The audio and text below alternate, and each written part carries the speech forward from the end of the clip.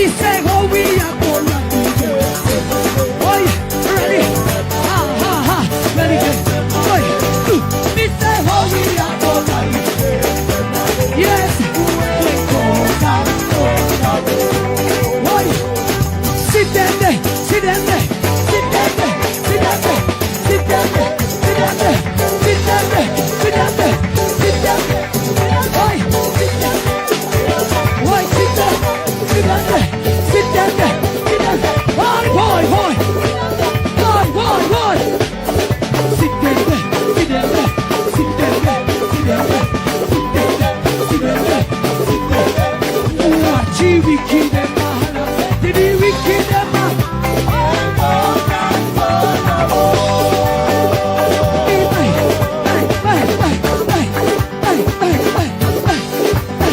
Me say how we are gonna do it.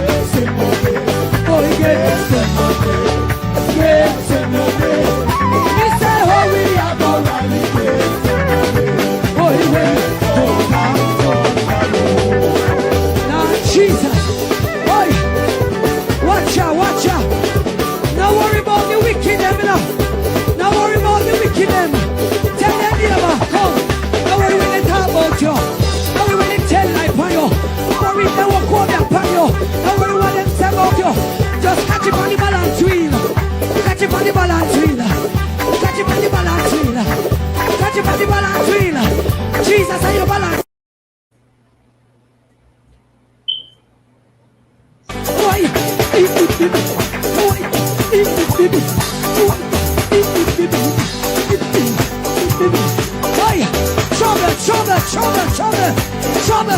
Trouble. Watch out. Watch you wicked them all. Say the wicked them all.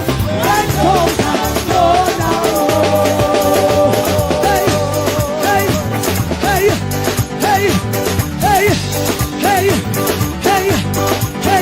Watch you wicked them all. Say the wicked them all. When goes down.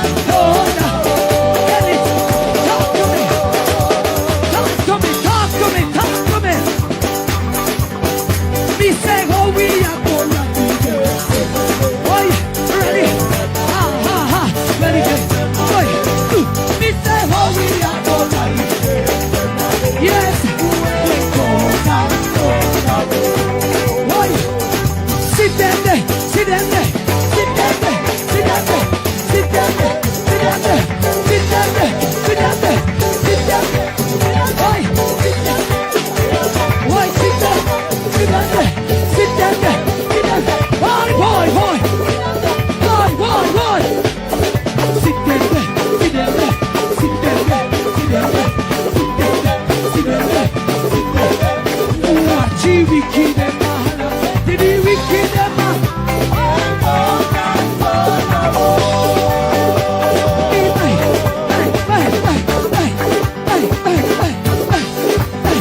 Me say how we are gonna do it.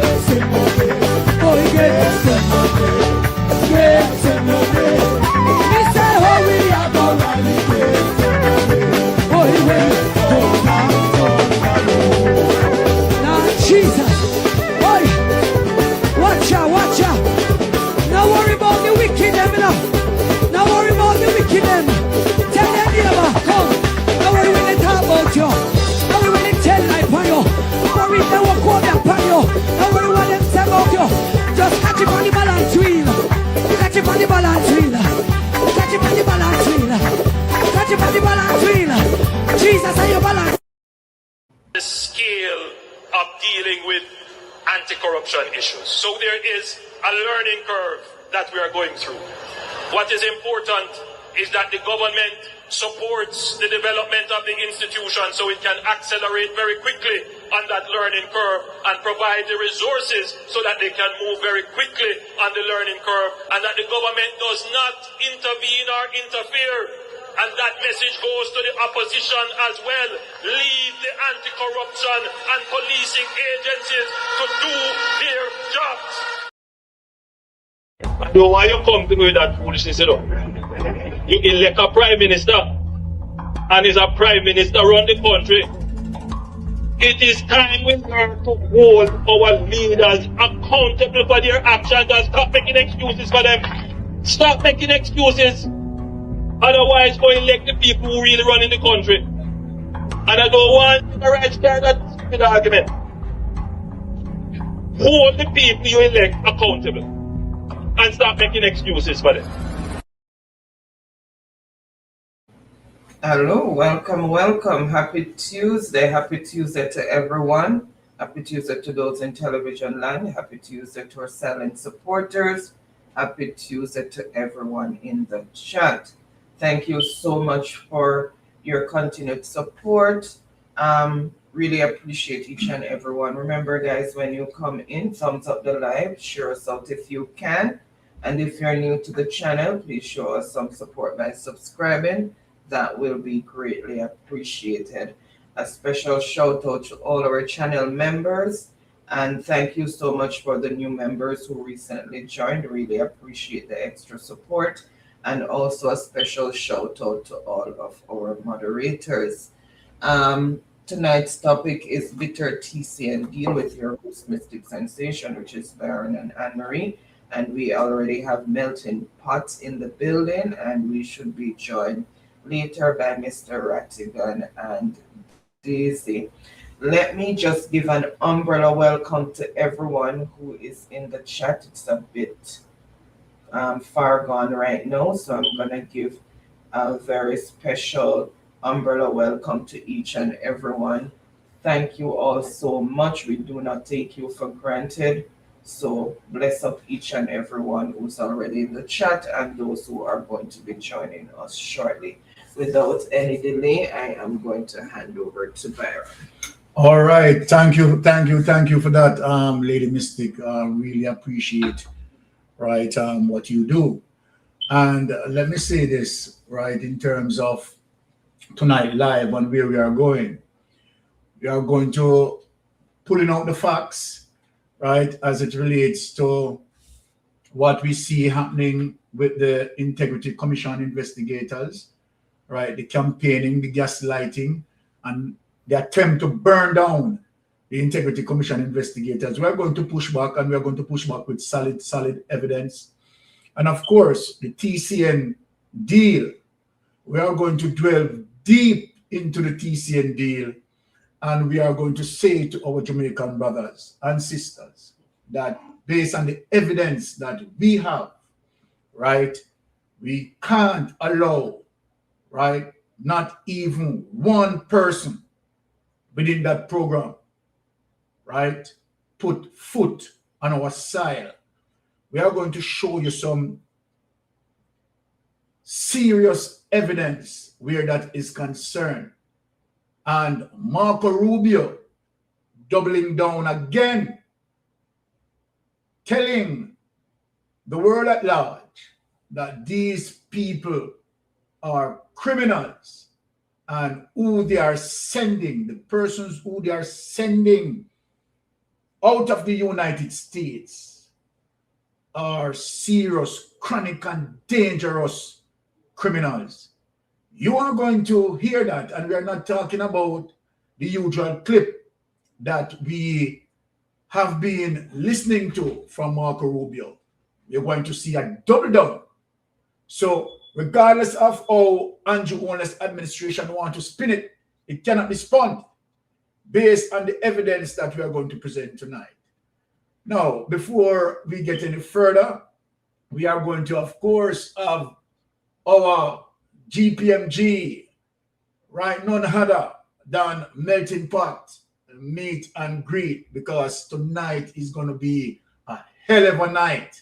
Let me say this to Jamaica, where we are going to roll out evidence. You see, like how Daryl Levar said, bus after bus after bus after bus, we'll be coming out with evidence after evidence after evidence after evidence. Without any further delay, let us bring in Melting Pot.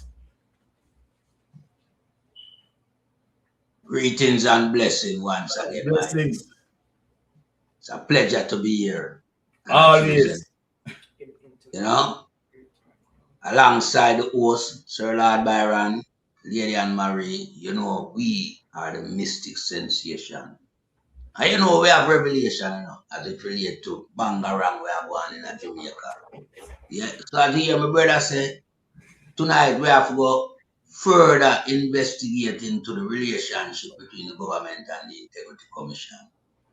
Yeah, we have to also look on the third country national situation as well.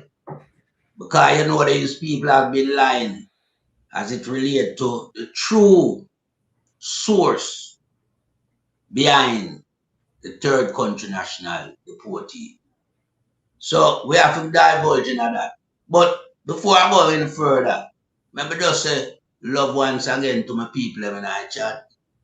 Worldwide, yeah, people in the UK, Canada, United States, Caribbean Island, Pacific, Australia, New Zealand, Europe.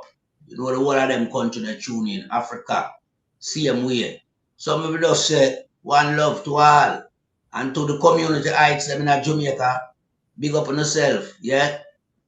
Greenwich Farm, big up. Whitfield Town, big up. Payne Avenue, big up. Maxwell, big up. Agley Park Road, big up. Majestic Garden, big up.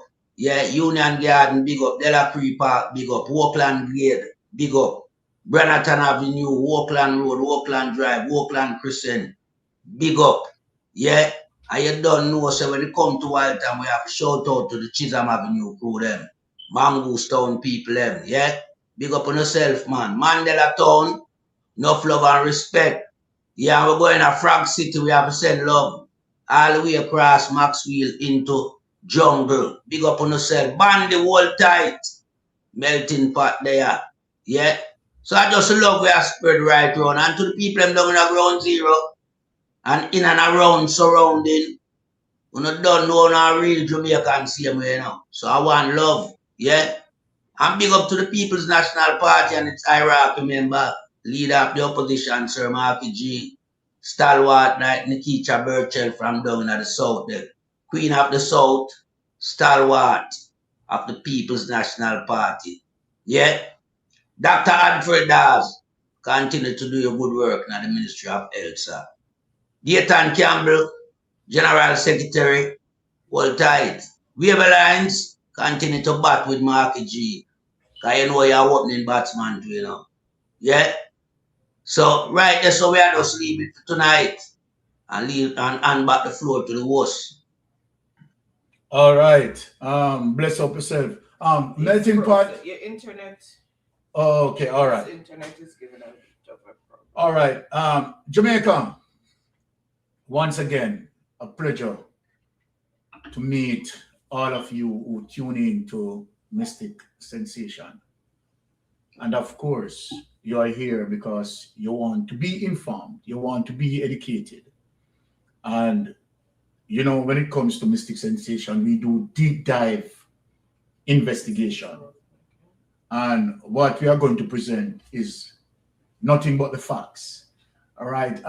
Melting pot in the meantime, because you're frozen. So if you can plug out and then log back in, then that is good. Right? I don't know if you are hearing us, but I'm hearing you. Oh. You hearing me? Check your internet, okay, Melting pot. So you're coming in this program. I'm live now. I'm not frozen. I'm waving. Oh, you were seeing you frozen. You're not. You're still. And it was coming in a bit hazy. That might be a technical glitch. But for now, yeah, it's okay. Okay. Okay. All right. Now, so of course, we have the current leader, right? Pushback and the gaslighting of the Integrity Commission investigators. And definitely, as it relates to, you know, the gaslighting of the Integrity Commission investigators, is because they know, right, that they have as much to hide. But the Integrity Commission investigators, my people, are digging deep. And I'm going to show you some evidence that because they know that the Integrity Commission investigators are exposing them. And as we said, right, as it relates to the lab rats who want to spin and do all the spinning, they are going to see that the walls around Andrew Holness will be tearing down slowly but surely, and nothing can save him. Now tonight we are going to bring true testimony of that as it relates to the high level of criminality within the Jamaica Labour Party. No spinning, right? No Big Mama, no PSOJ. All of those who want to try their endeavor best to save Andrew Holness, he cannot be saved. And we have all the evidence, you understand, to establish here on this particular platform. Now let us hear the comrade leader, right, defending the Integrity Commission investigators for its true purpose, right, as it relates to honesty and integrity. Let us tune in and hear what, of course, the comrade leader has to say, defending good governance, defending our anti-corruption right system. Let's get into that. Today I want to talk about the Integrity Commission and the overall fight against corruption, cronyism, nepotism, and other maladministration in our country, Jamaica. There was a recent meeting in Parliament of the Oversight Committee that's responsible for ensuring that the Integrity Commission is functioning efficiently and has the resources that it needs, and generally dealing with policy issues in relation to the Integrity Commission. And a suggestion was made that the function of the Integrity Commission in relation to parliamentarians, where they receive our annual declarations, review them, scrutinize them, and if necessary, take action in relation to them, should be removed from the Integrity Commission and sent to the Financial Investigations Division, which is the FID. Now, that is a terrible idea on one hand, with appropriate checks and balances to ensure that it can play its role properly, efficiently, and transparently. It has a board of 5 commissioners. 2 of them are retired judges. 1 is the Auditor General, and 2 are reputable persons from civil society who are appointed by the Governor General, having consulted with the Prime Minister and the Leader of the Opposition. And those 5 persons operate separately from management. They give management oversight and governance support. Management does the work and reports to the 5 commissioners. That's an important check and balance. There's a Director of Corruption Prosecutions who is not accountable to anyone other than the DPP's constitutional powers to take over or discontinue any prosecution, which is in Section 94 of the Constitution. So the Director of Corruption Prosecutions is essentially an autonomous officer in charge of making the decisions as to whether to prosecute or not, based on the investigations done by the Integrity Commission in their other departments. These are important matters. There's also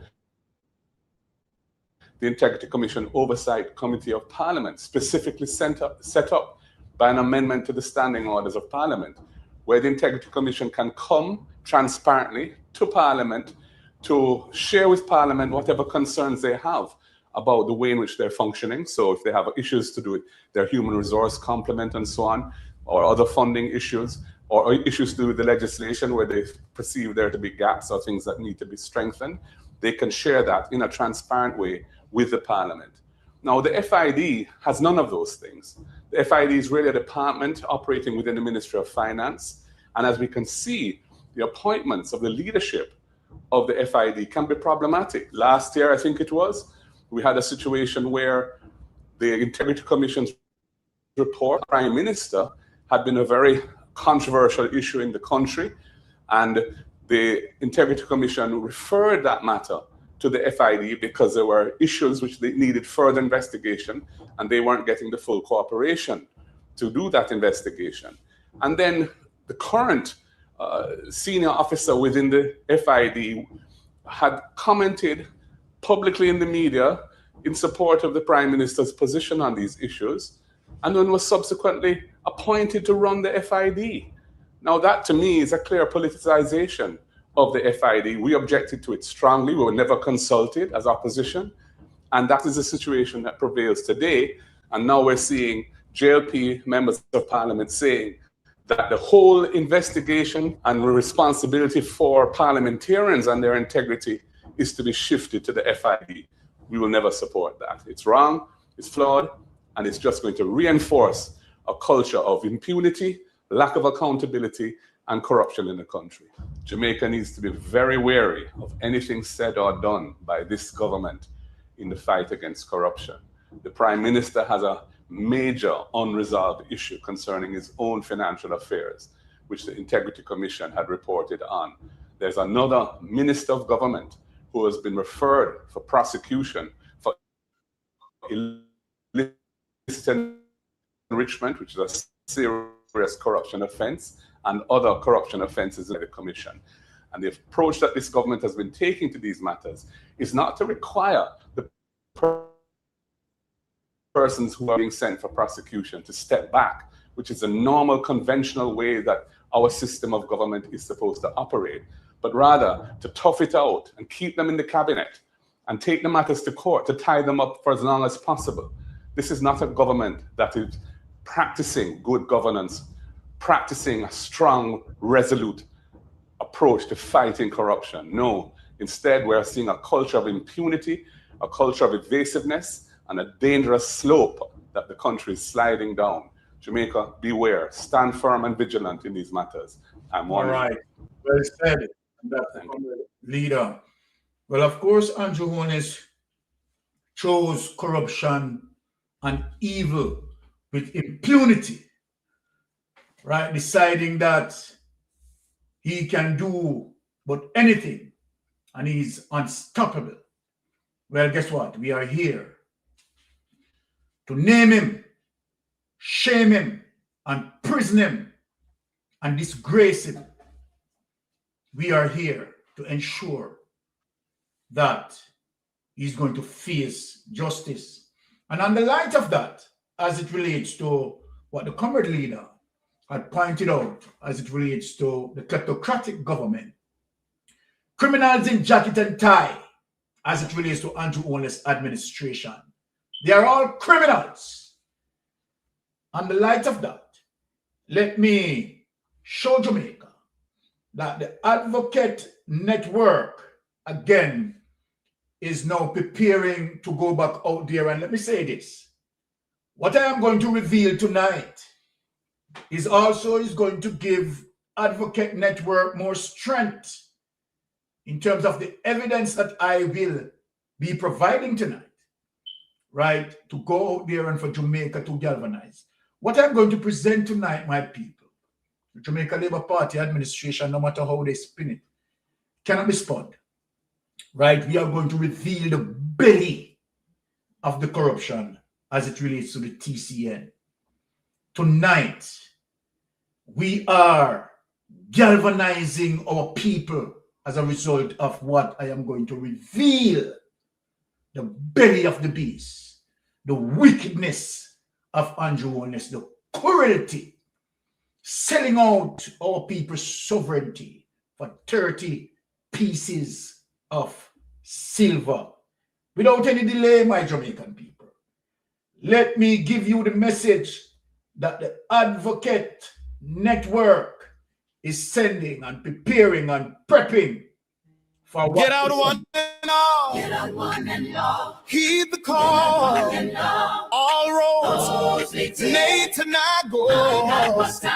Head bus stop Thursday, July 30th, Portmore in Jamaica.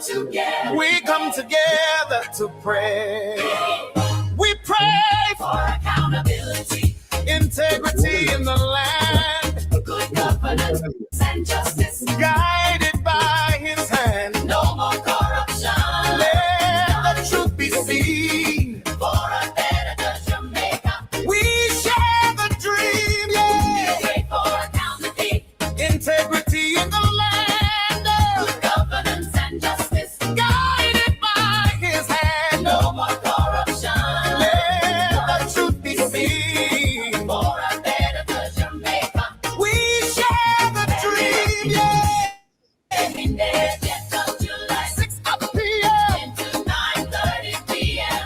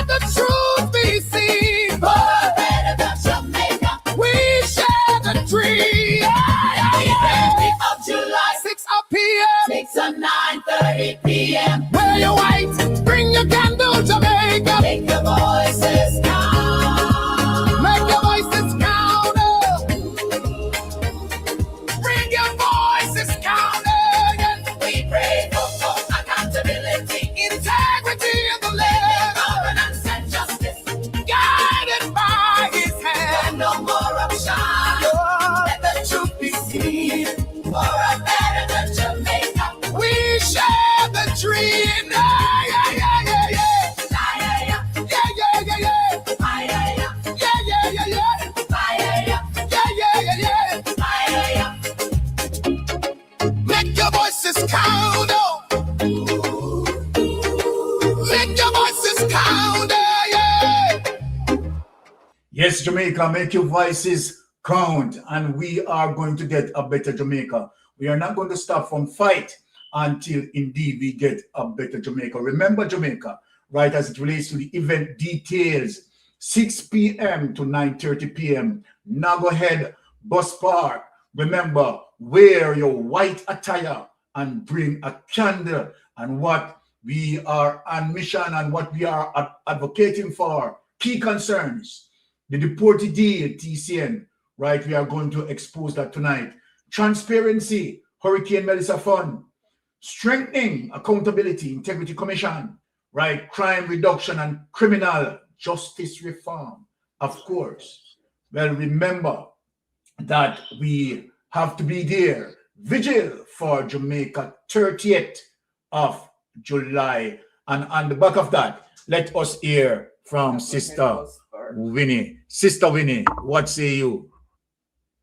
Good night, everyone. Good night, Lady Anne. How are you, ma'am? And good night, Mr. Mystic, and to my London boyfriend. Good night, everyone. All right. Daddy. Anyway, what I found, did you hear that the owners administration is going to charge you now? You got to pay to do backyard farming. Yes, we heard that. We heard that. Is this man determined that we cannot have nothing at all? Well, I We mean, got to pay everything. yes, remember this man is the mark of the beast. You mean I said I was living in Jamaica and I have a little garden and I planting. I got to go to this thing called Nara Arara. Nara. No, Rada. Oh, Rada. Yeah, one of them things. When I tell you something, next thing is going to charge you for talking and walking on the road. Oh, yes. Oh, yes. Because this man want money in every way. He think of taking money from the poor black man. You doing a little backyard farming, 2 tomatoes, 2 lettuce, and you got to register. This is crazy. Andrew is sick. Andrew is a sick man. Listen, your wife was there to tell him something. See, he's a sick. He's something. He got a worm in his head. The worm going left, right, and in between. He do not know what he's doing. He just must be going to bed and say, let me charge him for doing therapy now. Huh? He's a disgusting man. You mean you cannot plant 2 lettuce to help you? My God, I don't know what to say about this man. When he finish with Jamaica, he's going to charge you for wearing a good pair of shoes next. He's sick. Sick. He's a sick Demented. man. And how on earth can he go and stand next to decent leaders and skin his ugly mouth? It might look like when the liver gone bad. Huh? Make me sick. To get you imagine charging you to do backyard farming. You know why? Because he want the people them that can bring in his stuff. He wants you to go and buy from them. He don't want you to make a living. Jesus, my God Almighty. Yes. Andrew Onis is something. Andrew Onis need to get out. He need to get out. And the police are afraid of him. The soldiers are afraid because he got his special police and his special soldiers to do exactly what he wants. This man is a shame. They ask me this country, what do I think of him? Listen, I have to go on the radio and apologize for that I tell about him here. All right, Sister Winnie. Bless up. No good, Mr. Mystic. Blessings. You're going to talk next year. Come, this man he's going to come up with everything. All right. To make you, all right, can you imagine they said one more thing and I done. They said there are 7 people that they cannot find. The IC, yes? Mm-hmm. Do there 7 people live in Jamaica? Or do they work for the government still? They are there, but you know, it's the remember it's a kleptocratic government. So what you expect, right? What you expect? We Andrew. They can find a man on the bed, and they can find a man in the apple tree, so they can find those that working for the government. It's all. This is ridiculous. You got 7 of them working, getting paid, and you cannot find them? That could never happen in the outside world. This could happen in Barbados, I'm telling you. This could never happen in the UK. It could never happen in America, Canada, Australia, New Zealand. This man, they know what they do because the people who are supposed to deliver the funds to them, they're gone in the rum shop. Have a good night here. All right. Okay. Blessings, Sister Winnie. All right. Blessing to you, please. All right. So all of that tell you about the system of corruption, tell you about the commissioner of police and all of that, right? Let me just take the last call and then we ease off the calls for now, all right? Because we don't even start the program as yet, but let me just take the last call since it is here. Yes, caller, you're on Mystic Sensation Live. Please go ahead. Good night, Mystic. How are you doing, my dear? Mama Mystic. Blessings. I think I see Melting Pot and Brother Ratigan and a few people there, and Yes. good night, everyone, I should say. Yes. Two things, not very long on the backyard farming, but the only thing I have about it is this. So when you are farming in the backyard, and say you plant a whole, say, a good amount of callaloo, and you're selling it because you can't eat all of it, and you sell it, they're saying you should be registered with the RADA, right? Mm-hmm. Now, where does that put that person now selling and he registered with the RADA, then his whole information is in the RADA. Is he a small farmer? Is he categorized statistically as a small farmer, sole proprietor? Where does he fit into the economy? And how is he being taxed? Because we have to be in a realistic mindset. You know, it's a capitalist government, and capitalism is that even here, if we're going to have a garage sale, you have to have a license. Yes. So you have to pay for the license to have your garage sale or the front yard sale, whichever way you want to put it. They have to know, and they get their little sting out of it. So let's go back to that. That's one. And that's a critical question that needs to be answered, because if they're registered with RADA, that means they have to do taxes every year. Yes. So this is where I'm saying, where does it fit in there? And if they make over so much, what the 1.9 threshold, how are they taxed?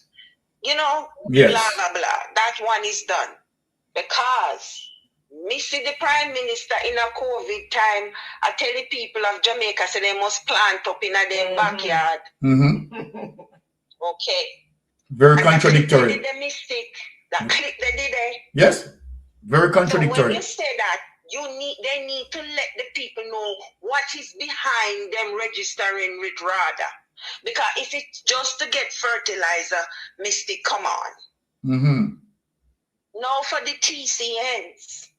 Listen now, Brother Radican, Mystic, Melting, listen man, I want to make sure we get it good tonight, you know. Well, because we need to have it really bloom right front, center and page.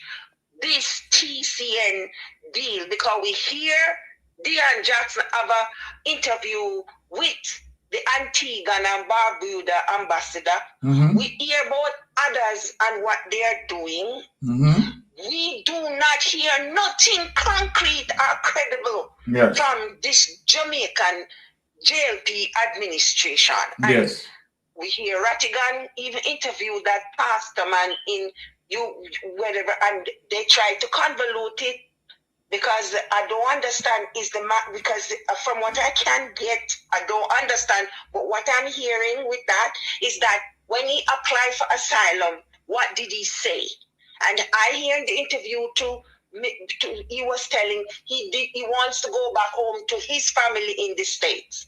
So they're using it to say the man don't want to come back to Jamaica. When them two people in a St. Kitts, they tell we say they don't want to come back home. Why? And if you were in their shoes, if they're getting a better deal, like, for example, St. Kitts, what are Jamaica for them? Exactly. I'm going back to class. All right. Blessing, sister. What a bangarang tonight. Tonight is going to be big explosion, you know. Now, let me just take the time in terms of having our sister amongst us, right, to meet and greet her people. Sister Maria, go ahead, my sister. Hi, this is me. Greetings, Mystic. Greetings, Anne-Marie. Melting pot wagwan. Rotigo? I'm here. Greetings, my brother. And to everybody in the chat, a blessed Tuesday evening. And thank you for having me on the program, Mystic. And I look forward to an informative program as usual. Because you know, Ratigan always said Jamaica is content rich. You can just pick a subject, and for the next year and counting, you can be dissecting that subject. And while you're dissecting that and talking about that, others are coming because there are so many issues. So if you're not careful, it becomes a 9-day wonder, you know. But the goal is to inform, educate, and edify the Jamaican people so that they become more mindful of what is happening around them and how everything that the government does, for those who say politics don't benefit them, everything that they do affects their lives. So they have to know. Wake up and smell the coffee and stop selling them vote for 5,000 and a 2-piece KFC, because this is the result of that. So I look forward to a great evening. All right. Thank you for that, Sister Maria. Brother Ratigan, you know that tonight, you know, it's going to be rippings and tearings and hard sort of things going to happen tonight, right? Tonight is the right night that you're in this space. All right, Brother Ratty, right? Yes. Meet and greet. Yes, it's been a while. It's been a while. Good to be back. All right. Lady Anne-Marie, Lord Byron. Blessings. The one I know. And of course, the man in the corner down, there's a melting pot out of the place. People, it's a pleasure and a privilege to be here. I'm looking forward to the conversation, and based on what the last caller said, I suspect that as Mystic says, it's going to be an explosion around here tonight. So looking forward.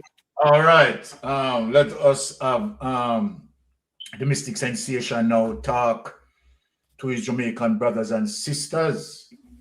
All right, and of course, we are going to go into the IC, right? The Integrity Commission investigators, right? As it relates to the campaign against the Integrity Commission investigators to burn down the Integrity Commission investigators. But we are here to ensure that we protect and preserve, right, the characters of the Integrity Commission investigators.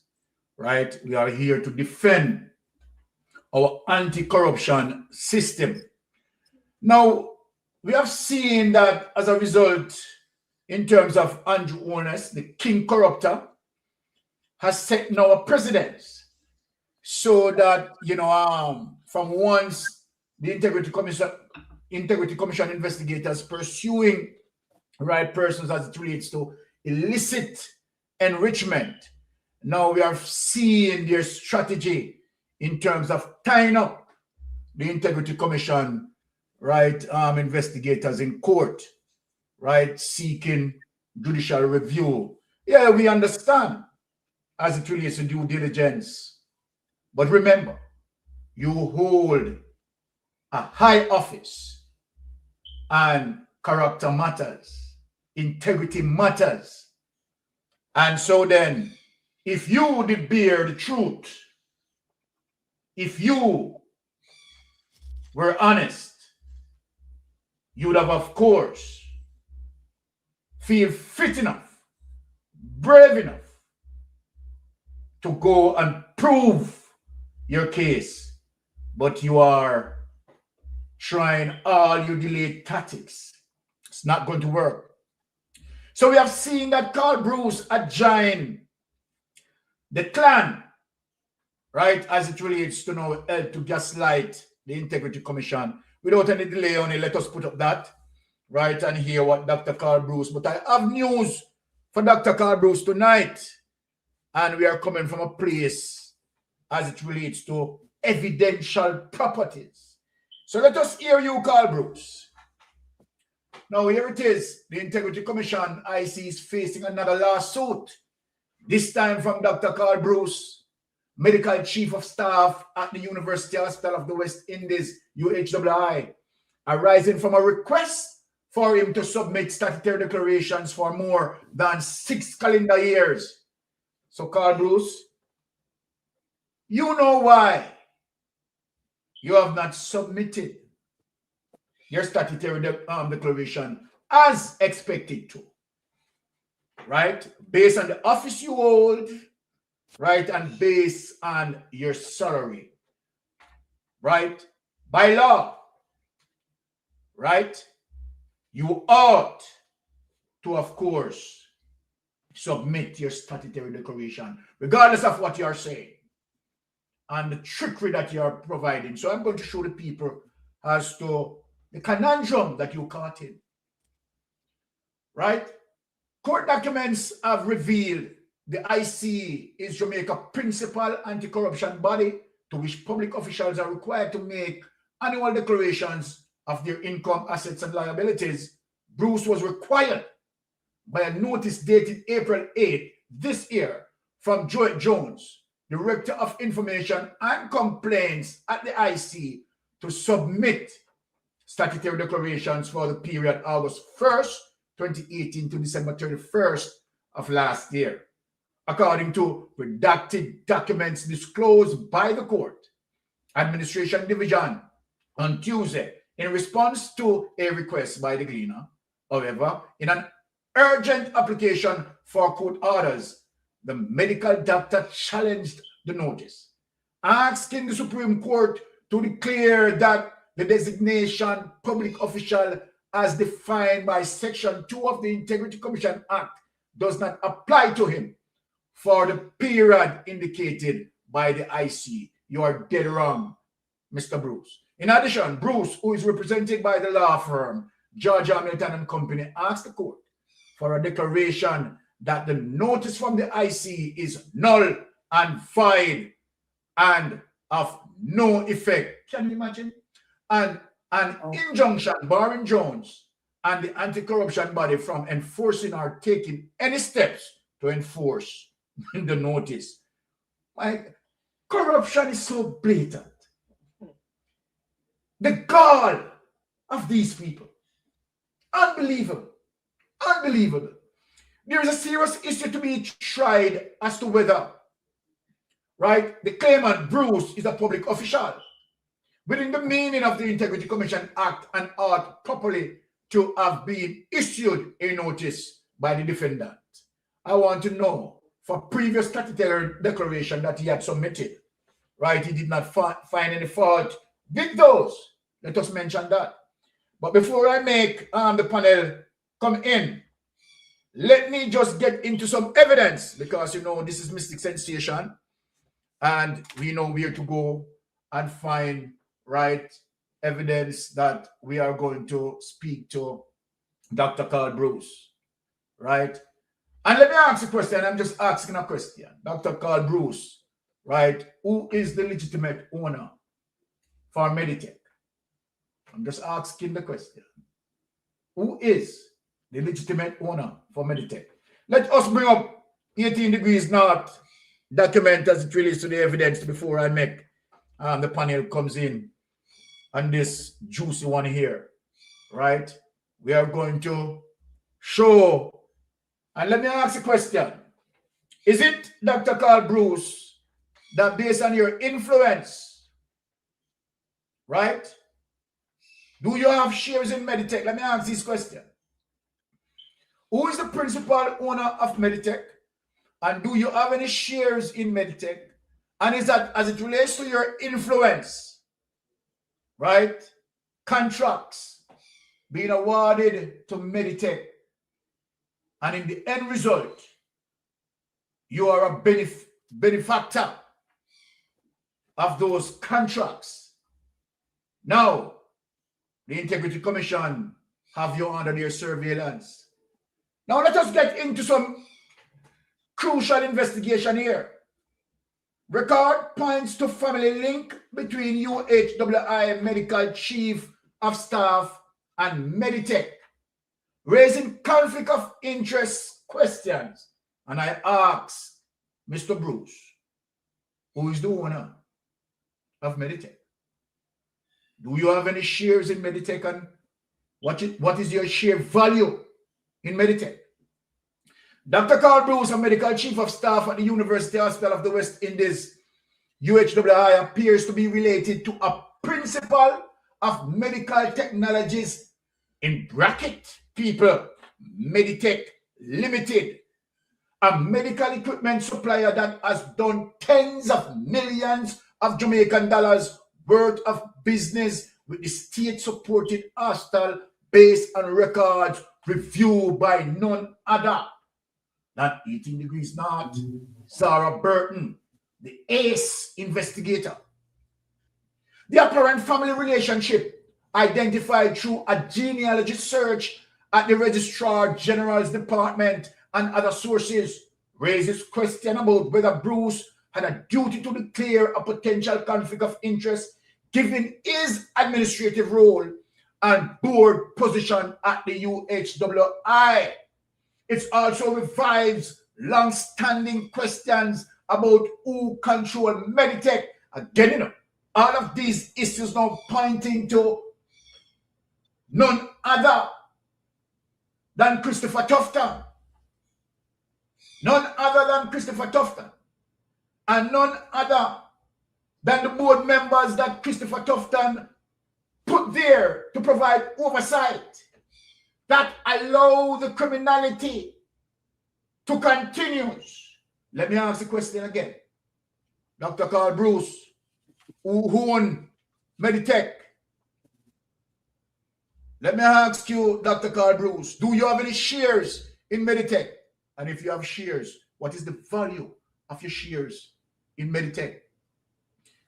Now, the apparent family relationship, as I said, identified through a genealogy search at the Registrar General Department and other sources raises question about whether Bruce had a duty to declare a potential conflict of interest given his administrative role and board position at UHWI.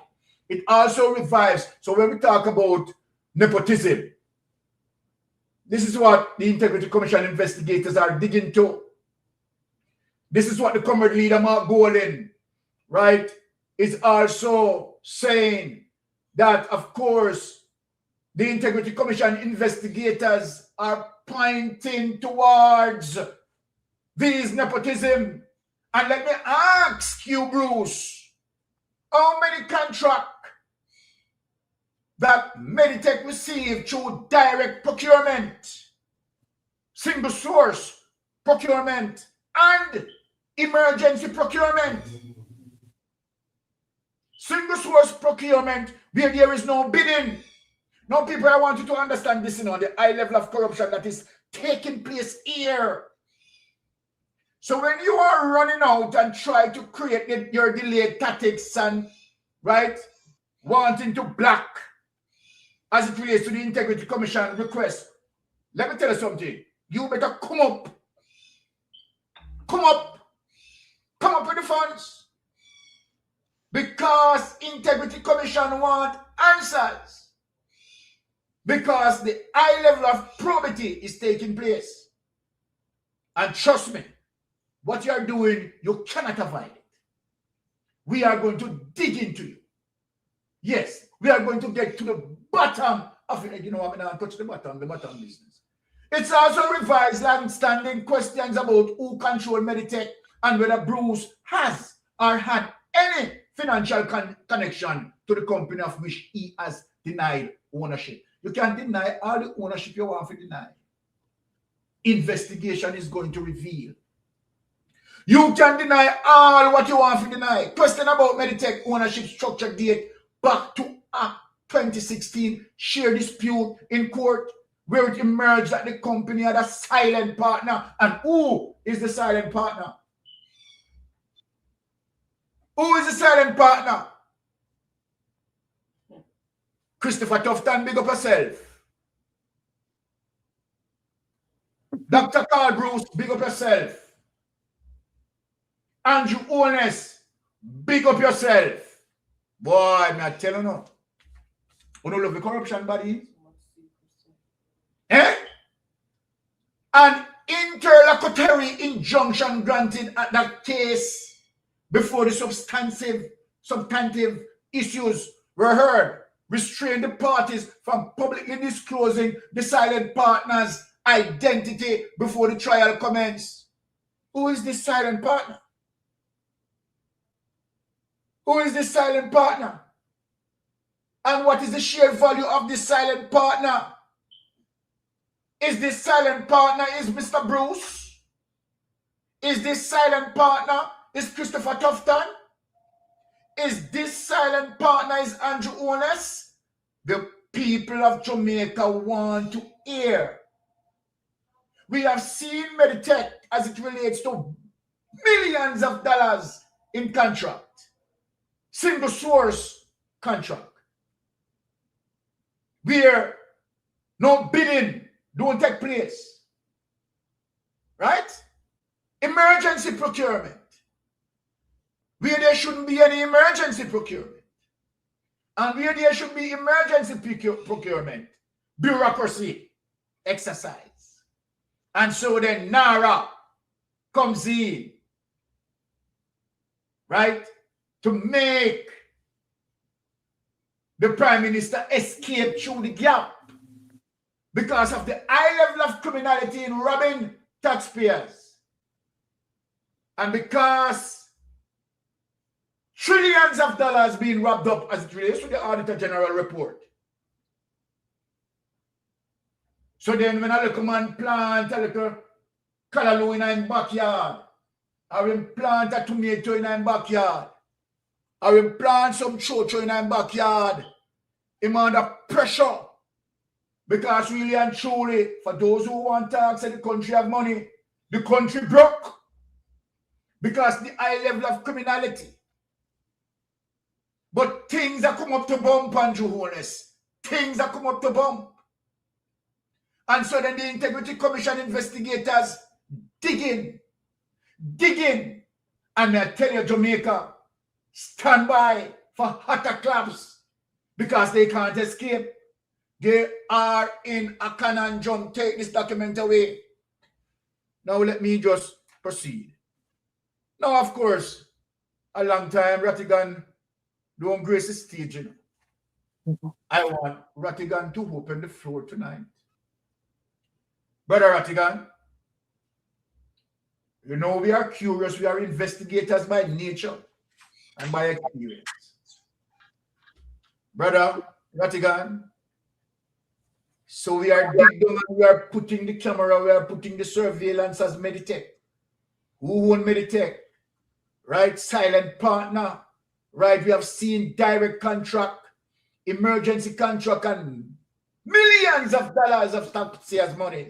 We have seen in one instances, let me remind you, Brother Rattigan, where a drill that costs $5 million, a neurosurgical drill that's supposed to cost $5 million. You have seen the over-budgeted cost for $31 million. Brother Rattigan, things don't look good.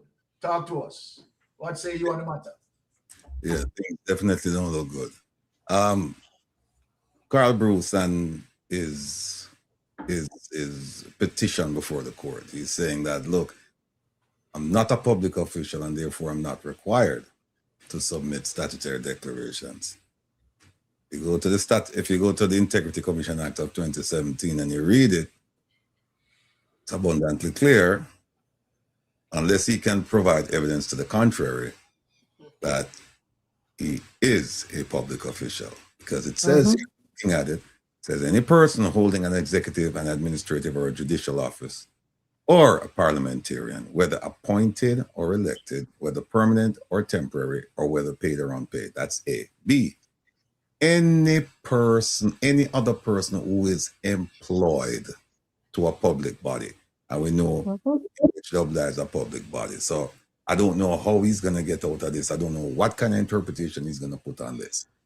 And the interesting thing about his petition, which is a remarkably distinguishing feature from the others meaning the Prime Minister, Xavier Main, Andrew Wheatley, is that they were investigated.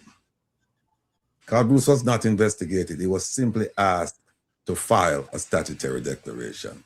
That raises a whole bunch of questions for me, because people know how I feel. I've made it no secret about how I feel about the commission. The first question I have is this. Why is it that from the time the Integrity Commission was established that this man hasn't filed a statutory declaration? Because they said he hasn't filed since 2018.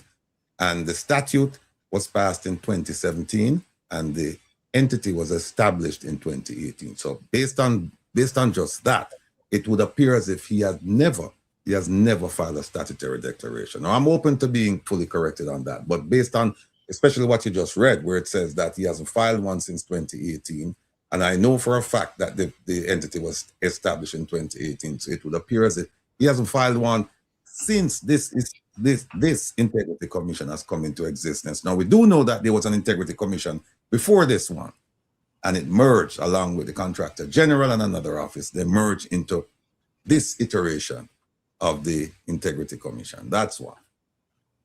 Second thing is, where's the database? Aren't they supposed to be checking this to see, okay, we have all of these people here and they haven't filed? The third thing is, what he did was he went to court and he had the court issued a temporary stay. So no investigation can be conducted. The letter that they sent him is of no value right now. Everything is on hold until the hearing. I think it's next month. Now, here is my issue with Integrity Commission. I said it a long time ago that if I were to represent any politician in Jamaica, they would never be convicted, never, because the Integrity Commission Act is a dismal failure in terms of a body of law that is trying to rein in corruption. There are so many loopholes in that thing, people. And if you don't believe me, and in fact, I'll tell you, don't believe me, go and read the Hansard. Just go and read the Hansard, and you will see the discussions that they had there about loopholes. And some of the loopholes that they discussed, those loopholes are still, they are in the Integrity Commission Act of 2017. They raised it up. They raised it themselves, saying, here's a loophole. And if you read it, the loophole is still there. Fourth or fifth point. Section 7.3, Section 7, subsection 3. We know it by heart. It essentially says that if you are under investigation and the Integrity Commission is asking for your cooperation to provide information and you refuse, guess what they can do? Go straight to court and have the judge, convince the judge to issue an order forcing you to comply and provide the information to them. They have never done that. At least to my knowledge, they have never done it. They haven't. And so I asked the question, why? They could have done it to the Prime Minister and they didn't. They forwarded the investigation to FID and we'll see what happened. The last point I want to make is this. Every time that somebody has gone to court, Integrity Commission essentially just dropped their investigation. We see it with the Prime Minister, Xavier Main, Andrew Wheatley. And the question I have to ask the commission is this. Tell me, point to me the statute that says when somebody goes to court that you must stop your investigation, absent a court order. I would love to see that because I haven't seen it. And if that is the case, and again, everything I'm telling you, you can go and check it out and I'm subject to being fully corrected. But if we cannot find a statute that says the Integrity Commission is prohibited from continuing its investigation once a declarant seeks judicial interference. Once we don't see that, then what that means to me is that you can continue your investigation. So the question then is, why have they stopped in the cases I mentioned? I'll leave it. Ratty, I want to ask you a question, Sure. right? I want to ask you a question, a specific question before I bring in Sister Maria. With all the vulnerabilities that have been identified as it relates to the Integrity Commission and certain gaps that are there that you obviously spoke on, whose responsibility it is, right, to strengthen those vulnerabilities? That is the question I want to ask. Good question. Good question. Both parties are to be blamed, and you know why? Because both of them discussed this in Parliament. Go read the Hansard. Go read the Hansard. The question then is, once they realize these deficiencies, who was responsible for taking place? That's a different question. What I'm addressing is that law was passed with both parties voting for it, and both parties are agreeing to the terms and the reference of it. And if you go and you look at the Hansard, I defy anyone to tell me that I'm wrong, to go read the answer, because what we're looking at the law and we're looking at how it's dispensed with. No, but I'm saying that it hasn't changed. It was formulated and it was passed by both parties. And in fact, I'll tell you this. Both parties are responsible for it, because I believe that it started under a PNP administration. I believe the Integrity Commission Act. Yes, I'm right. The Integrity Commission Act of 2017 was actually started under a PNP administration. The PNP lost the election in 2016. The act or the bill? Hold on, Ratty. The act or the bill? The bill. Okay. The same thing that passed in 2017, it actually started under a PNP administration, which was a noble idea. Don't get me wrong. It was a noble idea to take all of the anti-corruption agencies and put them under one roof and say, okay, that was a remarkable idea. I completely agree with it. But I don't agree with was how the structure of it, the bill itself, and what was passed. I have serious problems with it. Okay, all right. But let me say something here before I just bring in Sister Maria, right? Because we know that the Andrew Holness administration took over power 2016. Is that correct? Correct. Okay. So then if the Andrew Holness administration took over power from 2016, right, the Andrew Holness administration would have the impetus, right, the responsibility to strengthen the Integrity Commission if they choose to do so. Is that correct? Partially correct, and here's why. I'm looking at the Hansard right now. No. Hold on. You asked a question. Let me answer it. I'm looking at the Hansard right now, and I can quote to you that some of the PNP members who were there at the time, they agreed. They agreed with what the Prime Minister was saying at the time, and then they passed it. They agreed. Yeah. I'm looking at it right now. Yeah, Ratty, you what happened, Ratty? The issue is not about the legislation, the passing of it. The question that I'm asking, you understand, is the strengthening of the IC. And I am asking you, Ratty, you understand, who the owners fall on to strengthening the IC? Okay, it falls on both parties right now. And I'll tell you why.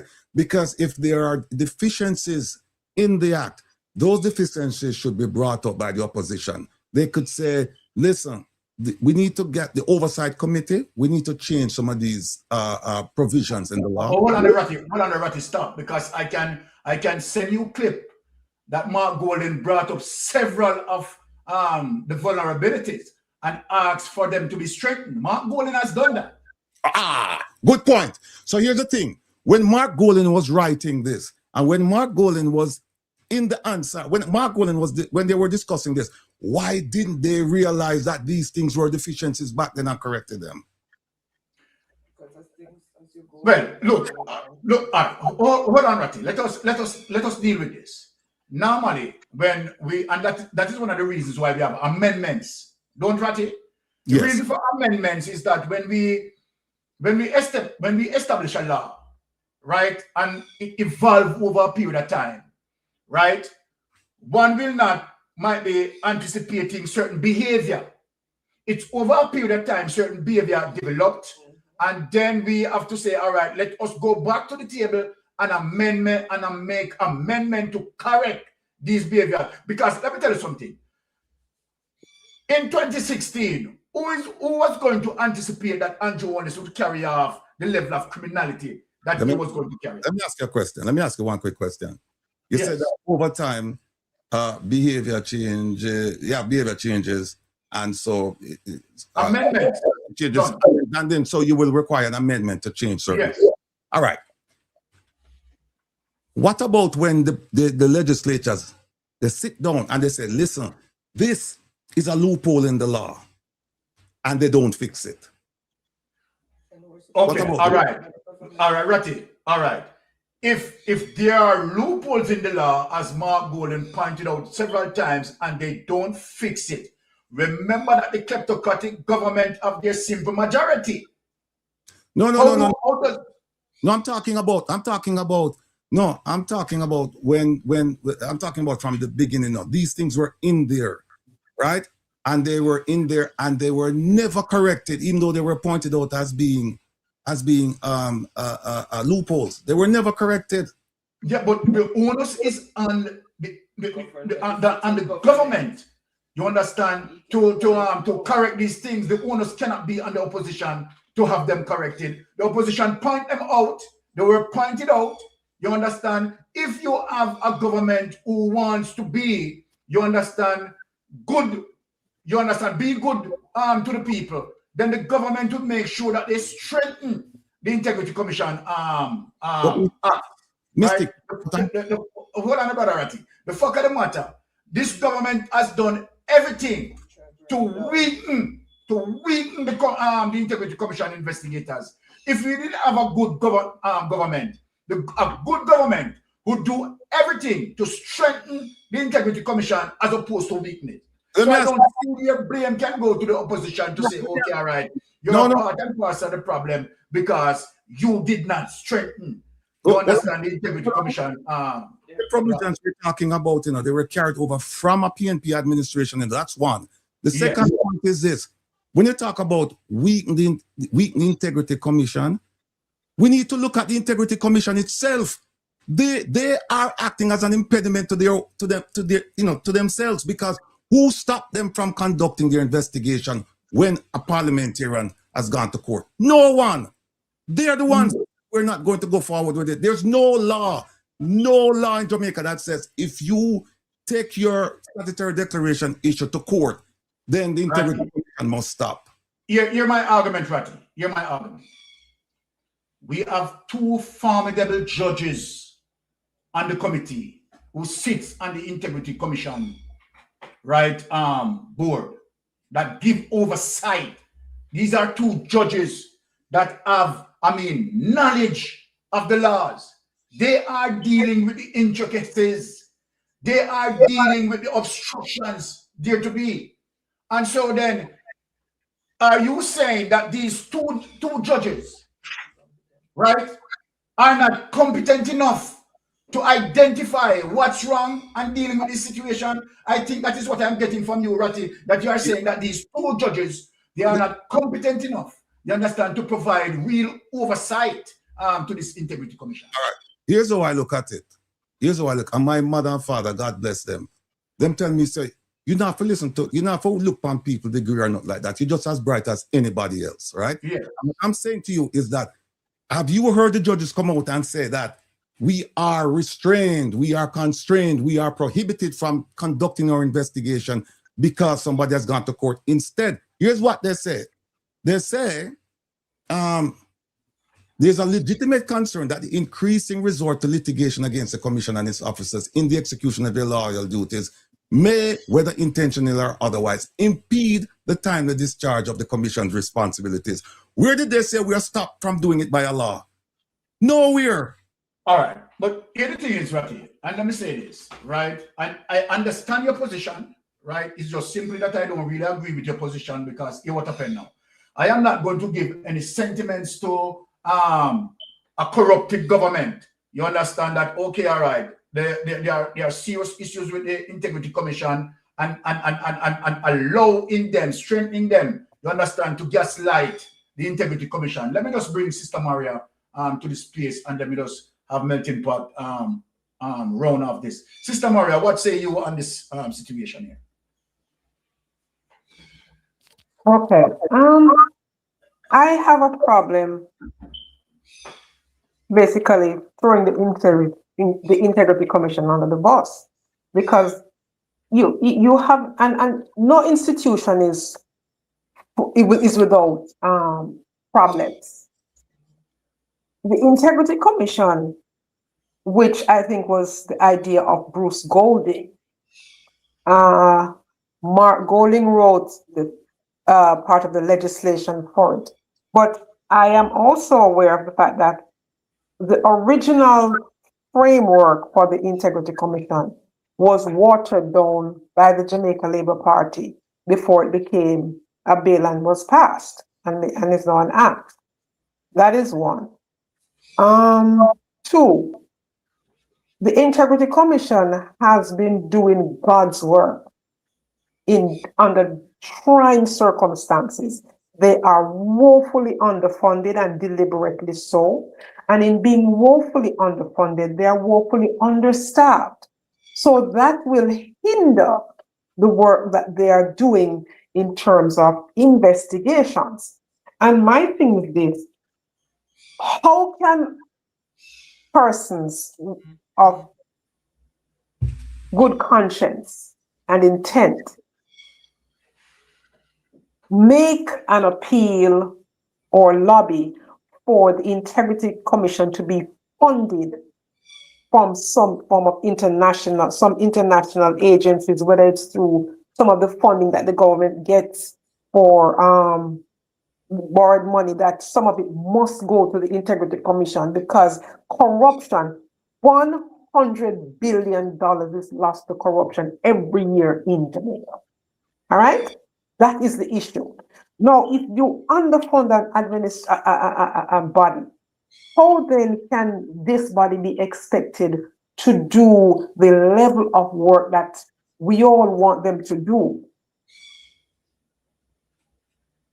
without issues happening? They're not getting the kind of money that they need. Instead, what people are doing they are taking the Integrity Commission, and these are eminently qualified persons in their respective fields. You know, like the former chair, was it retired Judge Seymour Panton? He said what the IC presents are statements of facts. All right? And they have talked about how underfunded they are. So instead of attacking the Integrity Commission, we need to attack the corrupt government that is underfunding them, because in a top Integrity Commission, for me personally, we are giving a pass to the government, and so the corruption will never stop if the body that is responsible for holding them to account and pointing out these things is underfunded. And they are underfunded, and the government is getting a pass for not funding them. The government has the right to change the legislation. And as a matter of fact, Mark Golding and the PNP, even during the election campaign and after, have been talking about strengthening the Integrity Commission. So what we should be doing is also bringing pressure to bear on these corrupt politicians. You know, earlier I was watching Portland Spice, and at the end of, I think it was a beginner somewhere, he had a flyer about corruption, and at the top of it was Andrew Holness, then Wheatley, then Xavier Main, then Marissa Dalrymple. And it's such a disgrace that here you have these persons, and you know who's the leader of the Prime Minister, with the level of corruption that has enveloped him. And we know these things because of the Integrity Commission. And despite their meager budget, they are doing God's work. What we have to do as a collective is find a way to lobby the agencies that can provide more funding for this aid for them. Because if they have the funding that fund them properly for 10 years, so that they can have the kind of staff that they need to do forensic analysis, deep dives into these accounts, and see if we don't get the kind of results that we are looking for. It's a lack of funding, and it is not incumbent on the Integrity Commission to fund themselves. It is incumbent on the government to provide funding to these to this institution. But because they're so corrupt, and remember now, when Andrew Holness was talking about the Integrity Commission, he said that they must be left to do their jobs. And he said that because he was like throwing shade at the PNP, not realizing that the same knife that he was using to stick the goat was going to stick the sheep that was him.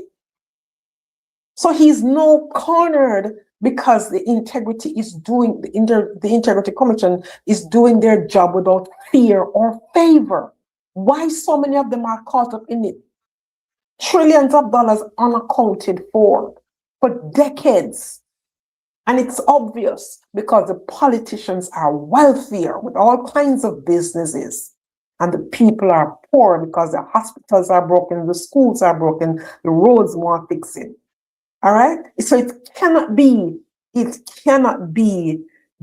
duty of the Integrity Commission to fund itself, to do its job to the best of its ability. Okay, if you look at some of the cases that the Integrity Commission brought, they have success rates, because when they charged Dwayne Vaz, he had to pay. The same went for Michael Phillips. The same went for Dalrymple. When Dalrymple was like, oh, no. They were like, yeah, sure, go to court. And it was proven that of a truth, what they were saying was a fact. So my thing is, rather than tear the Integrity Commission down, we should be, strengthening them in many ways. Because if we do not, and if we lose the Integrity Commission in any way, shape, or form, and if what they are doing now is further watered down by the government to make us screwed, and it's going to be worse than Haiti, and we're all going to rue the day. We're all going to rue the day that we were not forceful in our defense of the Integrity Commission. No matter the flaws, every institution, name the institution in the world that deals with integrity and deals with corruption, monitors corruption and charges people, that doesn't have a flaw, that has to be dealt with by the people who are elected to do so. The pressure must be brought to bear on the government to fund the damn institution. Fund it. Fund it. And if this, and here's the thing, if all of these reports that the Integrity Commission put out was about Mark Golding and any member of the PNP, Andrew wants to be singing a different tune. You'd have to peel his ass off the ceiling the way he would behave. Remember what he did to Richard Azan? And Richard Azan did not benefit. It was poor people who benefited from what Richard Azan did. Okay? And if the roles were reversed, we would not be having this conversation, because Andrew Holness would be singing the praises of the Integrity Commission for doing their jobs and weeding out corruption. But because it is him and his cabinet, then it's a problem. They need to structure it, fund it, and let them, as in the words of Andrew Holness, leave them alone and let them do their jobs. Exactly. Period. Or else the country is going to be food royal. All right. Before I bring in the call and then bring in Melting Pot, the situation is, when you look on, the gaslighting on the Integrity Commission, the attacks on the Integrity Commission, who would now anticipate that, okay, all right, 2016, right, as it relates to hindsight, 2020 vision, that Andrew Holness was going to come and be so corrupted that Andrew Holness was going to involve in the things that he had involved in? Who was going to anticipate that, okay, all right, Andrew Holness would bring the Prime Minister office or the office of the Prime Minister in disrepute? And so then, as a result of the behavior of Andrew Holness, of course, we see clearly now, you understand, that amendments need to be done to strengthen, you understand, the Integrity Commission, and the onus is on the incumbent government, not on the opposition, on the incumbent government to provide it, because they have the purse, they have the will, they have the mechanism. You understand? If they want to strengthen the Integrity Commission, they can do it at the touch of a signature. They can do it. And so then, how can the opposition be a part of being the blame to say that, okay, the opposition is a part of not strengthening the Integrity Commission when the opposition is pointing out the vulnerabilities? The government has the purse, the government has the will, the government has the authority. They are the incumbent government, and they at the helm to strengthen the Integrity Commission. Let me have the caller speak. Yes, caller, speak as it relates to your input. Yes, good evening. Good evening. The Integrity Commission doesn't have exclusive authority to prosecute public officials.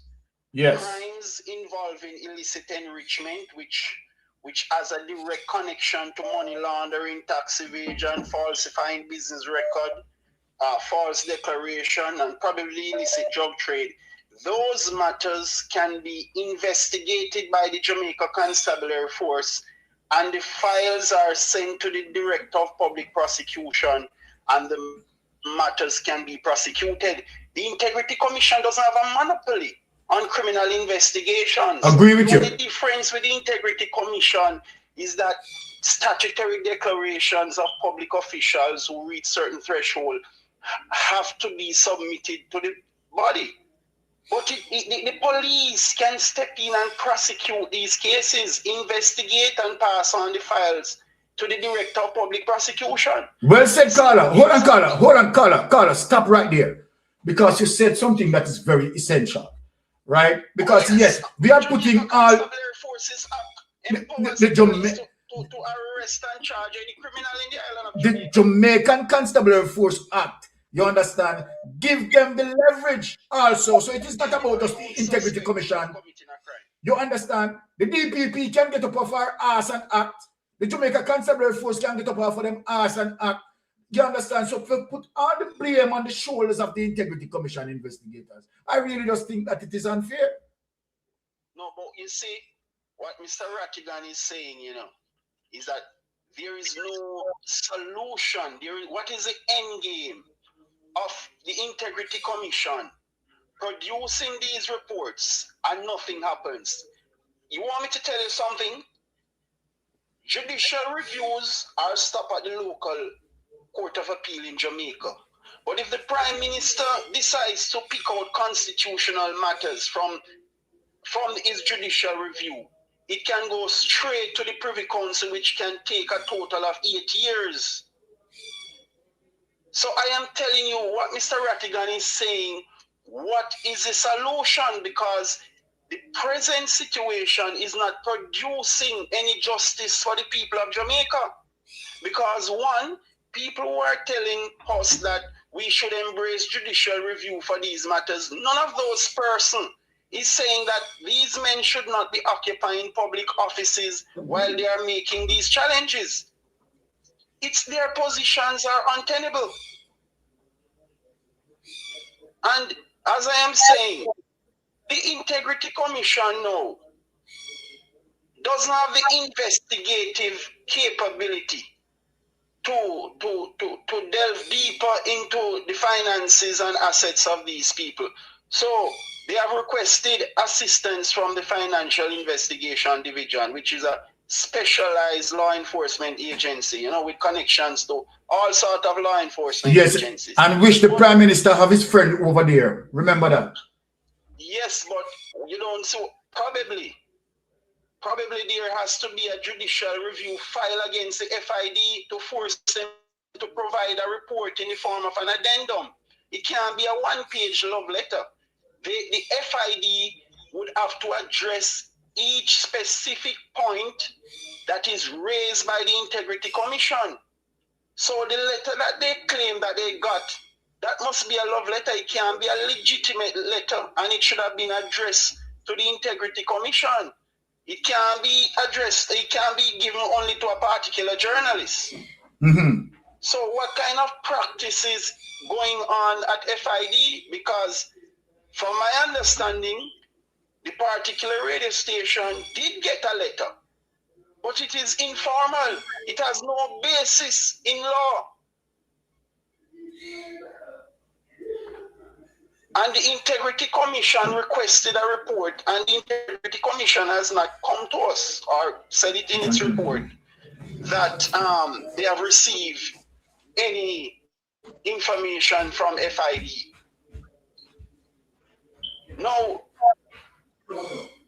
you see, under this present scenario, the Prime Minister may go into a fourth term. Remember, you know, that when the Prime Minister won last year in 2025, he was in a hot battle with the IC, and he was able to obtain a third term.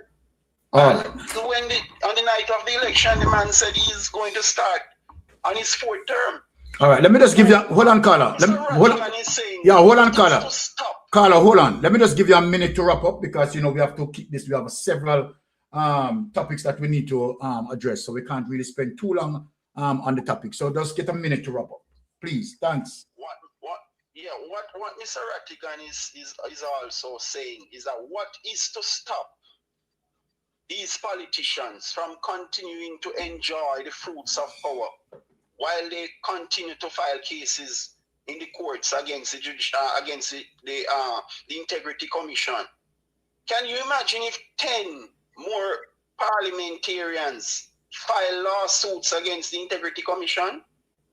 It would basically dismantle the institution, because right now the IC is saying they operate on a fixed annual budget, and there is no plan for legal cost in it. They are using an eminent King's Counsel to defend these lawsuits. And with they will have to increase the cadre of lawyers, because I can tell you that all those other MPs who will be cited for whatever breaches of the Integrity Commissions Act, yes, they will also file lawsuits against the IC. All right. So where will it end?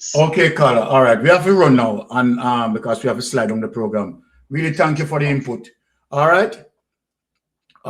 So bless up yourself. All right. So this is what I'm saying, right? In terms of us need to galvanize in the support of the Integrity Commission, right? What needs to happen is that Jamaicans need to galvanize and kick out the Prime Minister. Yeah? That is what needs to happen. Jamaica need to understand what the Andrew Holness-led administration is doing as it relates to the anti-corruption system in terms of gaslighting. You understand? And where you have a lot of millions out there, you understand, burning down the Integrity Commission investigator. Let me say this. I'm going to say this before I bring in Melting Pot. If it wasn't for the Integrity Commission investigators, what we have learned today, we would be aware of them. And based on that merit, we are saying that the Integrity Commission investigators brought these things to light. And as such, to the fact that these things are highlighted, right? The Integrity Commission need help, they need strength, and we have seen that this kleptocratic government, you understand, systematically, right, design a way to strategize and burn down the anti-corruption system. Just imagine Jamaica. Just imagine the Prime Minister anti-corruption system, right, is bought at war for good governance. The anti-corruption system is saying to the Prime Minister, right, check yourself for good governance, because indeed you are corrupted. How many years we have patient with you. Due diligence upon due diligence. Let me ask Andrew Wallace administration, can you have your statutory declaration certified? Simply. Can you explain the wealth? The $470 million that you're running through NCB and $713,000 US through Citibank, can you explain it? Can you explain it? You and your minions burning down the Integrity Commission investigators. He's saying that the Integrity Commission investigators must not even investigate the source of your wealth through Adman, must not go back. And we should allow, well, the Jamaican people, look and see what is happening. Look and see what is happening. There's an attack unnecessary, the evil, to stop the anti-corruption system, to gaslight them, to demoralize them. But this platform will not have it. Let me bring Melting Pot in the floor. What say you, Melting Pot? You get one like this, man.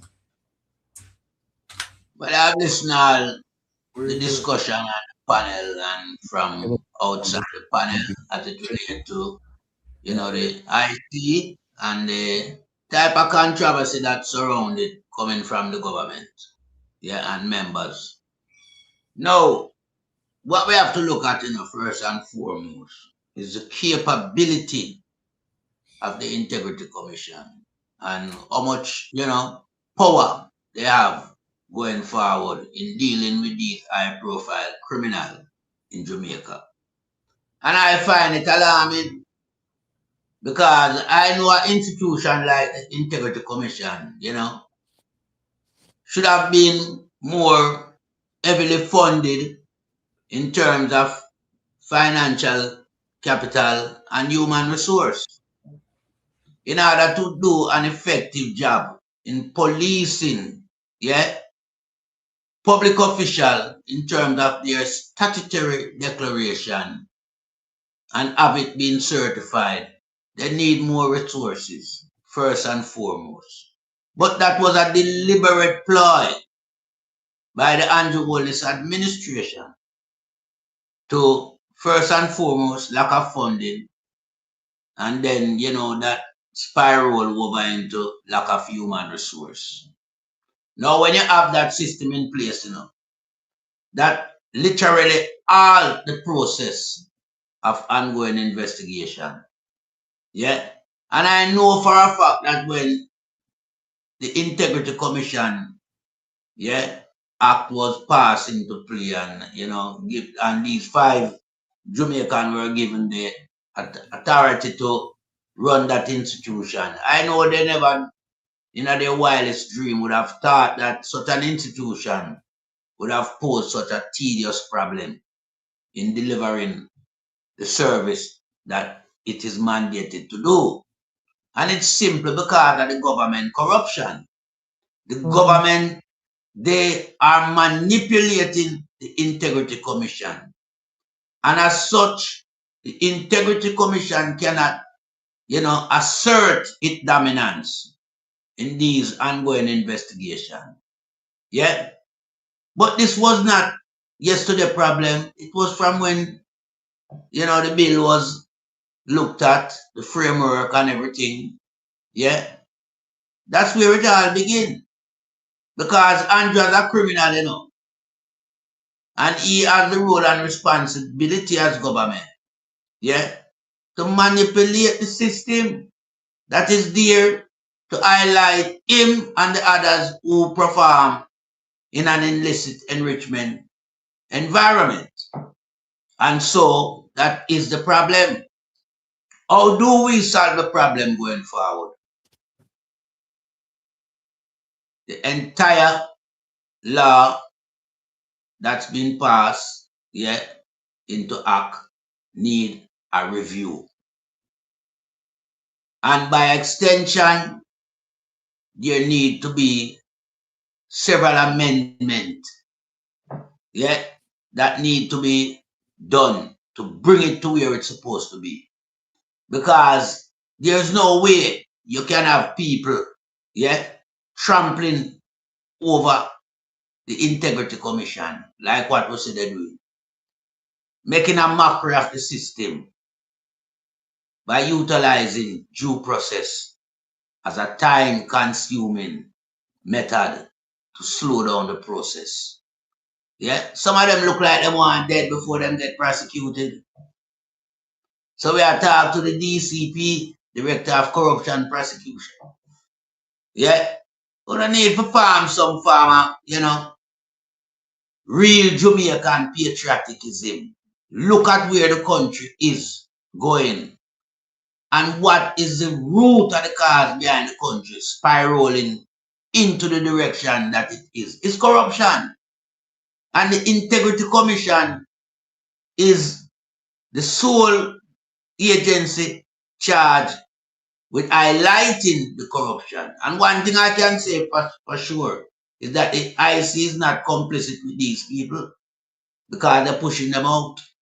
Yeah, they're revealing them to us. So we can draw the line here, but their hands are tied. Yeah, and as Jamaican, we are the one now that need to release the chain and the shackle off of the Integrity Commission by getting rid of this garbage kleptocratic regime the Andrew Wallace assembled. And I yield back the floor. Yeah, 1 minute there, Mystic, to see how ingrained the corruption is in this Jamaican Labour Party. I think it was last week at the Integrity Commission Oversight Committee, where British Matthew Samuda said that they should have the FID be the ones to look at the MPs' statutory declarations. And when I stop to think of Matthew Samuda in his native land of London, that would never work. That would never happen. All right? Absolutely. So when you have somebody like that, they're so disingenuous. I remember now, the FID, Dennis Strong was handpicked to go to the FID, not because he's qualified for the job, but because he's the Prime Minister's friend, all right? And the things that he said in favor of the Prime Minister's 28 bank accounts. So he was handpicked. Dennis Strong did not meet the qualifications necessary to be placed there. So they watered it down so that he could be installed. You see the kind of problem that we're having? So if the Integrity Commission right now was doing the work of only focusing on PNP members of parliament, Andrew Wallace would not have a problem with it. The problem is that they are doing their job without fear or favor. And therein lies the problem. And the net that they cast it so wide that they get Andrew and his friends and cabinet are caught up in it because they're enriching themselves on the backs of poor people. How many members of parliament and ministers of government in his current administration right now own more real estate than the president of the United States? How many of them own gas stations? How many of them own supermarkets? How many of them are business people? They are business people moonlighting as politicians. I'm not talking about persons who started their businesses, put it into a blind trust and entered politics. I'm talking about career politicians who came from nothing, who couldn't pay their school fees, and now they are multi-billionaires of the backs of poor people because the wealth that they have, their salaries could not give it to them.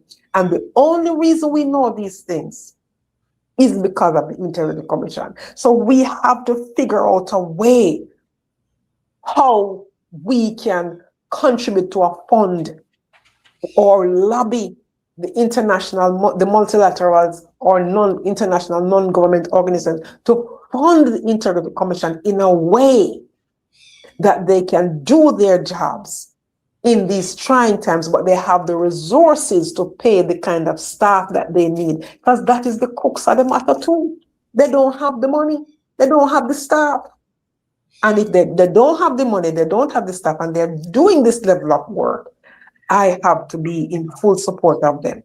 And whatever issues that might have, concerns that one might have, then I'm going to tell it to them in private. because I cannot give any fuel to the fire of this corrupt administration that is eating Jamaicans alive, minutely, hourly, daily, and they do not seem to care. That is my problem. Mystic, can I ask you a Yes. question? Yes. All Yes, right. Ratty. All right. You're a trained investigator, a licensed investigator. Now, tell me if you agree with this. Yes. You're investigating someone and you come up with adverse findings against the person. But you've decided for whatever reason that you're not going to prosecute the person. At least not now.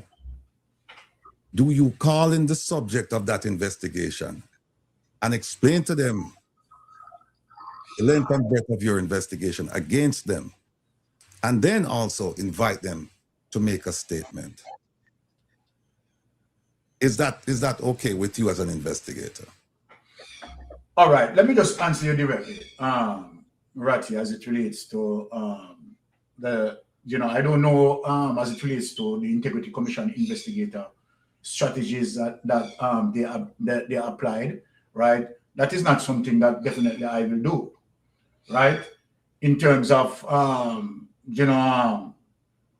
giving certain hints, right? Because definitely, right, in terms of digging for the truth, right, question and answers, right, will bring about that. So I understand where you are going with that, but I want to say something in terms of spinning back the coin here, Brother Ratty, and I want you to listen to me, Brother Ratty. In 2018, 2019, 2020, Andrew Holness applaud the Integrity Commission investigators that they are doing an excellent job. I want you to pay attention to what I'm saying. 2018, 2019, 2020. Applaud the Integrity Commission investigators that they are doing a wonderful job.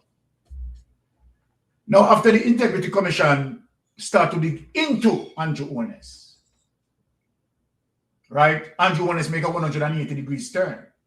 My question to you, why you think Andrew Holness make a 180 degrees turn? All right. It's very simple. I know exactly what you're referring to. Every December, I think it's December 6th or somewhere, 13th, somewhere around there. It's a day set aside called the Anti-Corruption Day. That's what I mentioned, yes. Every year they put out the government of Jamaica, they put out a statement, but they put out a statement, and the statement is also followed by statements made by the opposition, the president of the Senate, a whole host of people, Speaker of the House, and they've always said that the Integrity Commission is doing a great job until the Prime Minister became subject. He became subject to the IC investigation. I have no problems with that, because that's really obvious why he's doing what he did and what he's still doing. All I'm saying to you is simply this: and the gentleman who called in, he had it right, that there are issues here, and how do we fix? No, I have ideas how to fix the Integrity Commission. I won't discuss them now, but I think I have some really good ideas as to how to fix it. And if you want to fix it, people, just go back and look at 2017 when they were discussing it, and then you look at the annual reports, and the options will become very, very clear to you as to what should be done to fix it. Hold on, Ratty. Forgive me, but this is what I'm going to ask you, right? Ratty, if you give all those good ideas to the Integrity Commission investigators, right, and your institution giving all those good ideas to the Integrity Commission investigators as how to fix the issue, right? Ratty, what you and I know, if the government is not parallel in terms of endorsing those fixes, it will never happen, Brother Ratty. You know that. There are some fixes that can be done internally, administratively. There are some fixes. You're talking about the legal fixes. You're saying to amend the law to make that I agree with you. But what I'm saying, while I agree with you, there are some fixes that they can do administratively to address some of the issues. That's all I'm saying. Okay, all right. Let me just hear the caller. Yes, caller, you're on Mystic Sensation Live. Please go ahead. Yes, Father Mystic. The panel. Good night, everyone. Good night. Yeah. I have two questions and I find that I want to ask. Hey. Yes, go ahead, caller. We are hearing you. Yeah, sorry. The question is, anyone on can answer it? Yes. Is what the Integrity Commission said, is it truth? Anyone on believe that it's truth? We don't know. You don't tell what the Integrity Commission said. We need to know what the Integrity Commission said. The Integrity Commission reports, and the reports that they put down. Okay. One of them think that it's true. All right. Let me say this to you. What the Integrity Commission investigators, the report that the Integrity Commission investigators put out, right? They are not assumptions. They are facts. And let me tell you why they are facts. Okay. Hold. No, answer the question. Okay. Next question. The Integrity Commission, do them have arresting powers? No. So, in order for this, any one of the allegations that is made, or the facts, or whatever they said, in order for it go anywhere, the police have to get involved and do investigation and arrest them for arrest and put it in front of the judicial system. Well, hold on, caller. There are various mediums as it relates to how you process the Integrity Commission investigation. One of the the primary medium for the Integrity Commission investigators is to investigate and pass the findings on to the Director of Corruption, which will make the final say as it relates to whether or not a charge must be pursued. And from there, right, it goes into the court. Right, that is one of the channels. What about the police force? That's what I'm asking. Well, the police can investigate independently. They can do that independently by themselves if they choose to do so. The police, and there is nothing prevent the police officers from doing it. The Integrity Commission, these people are credible people. Yes. And if people is actually put it out in the public that crime have been committed, it is on the police force to investigate these crimes. Yes, but I'm telling you, sir, as it relates to the different mediums in terms of putting it into the court, you understand, for a prosecution to be done, is that it goes after the Integrity Commission investigators completed their investigation. It goes to the Director of Corruption, and the Director of Corruption will decide whether or not, based on the evidence, right, that she's going to prosecute, right, and then it goes into the court for such proceedings. No, that is one way. If there's a situation that involves where the police can also independently, you understand, pursue corrupted politicians, there's nothing stop them from pursuing them. That is what I'm saying to you. No, but that's exactly what I'm asking. Because yes, if these people point out that crime is committed, that there's crime committed, it's supposed to be the duty of the police force to investigate these crimes.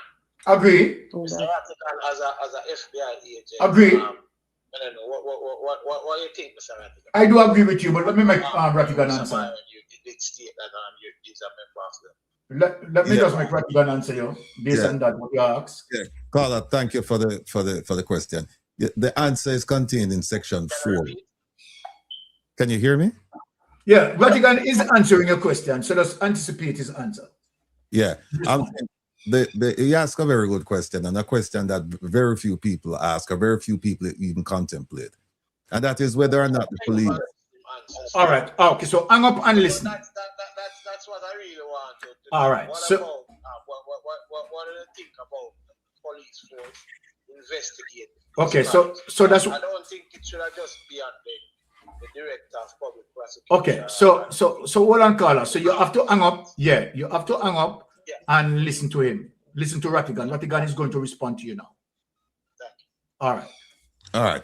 Carla, the question you ask is a very good one. And the answer is contained in Section 4 of the Integrity Commission Act of 2017.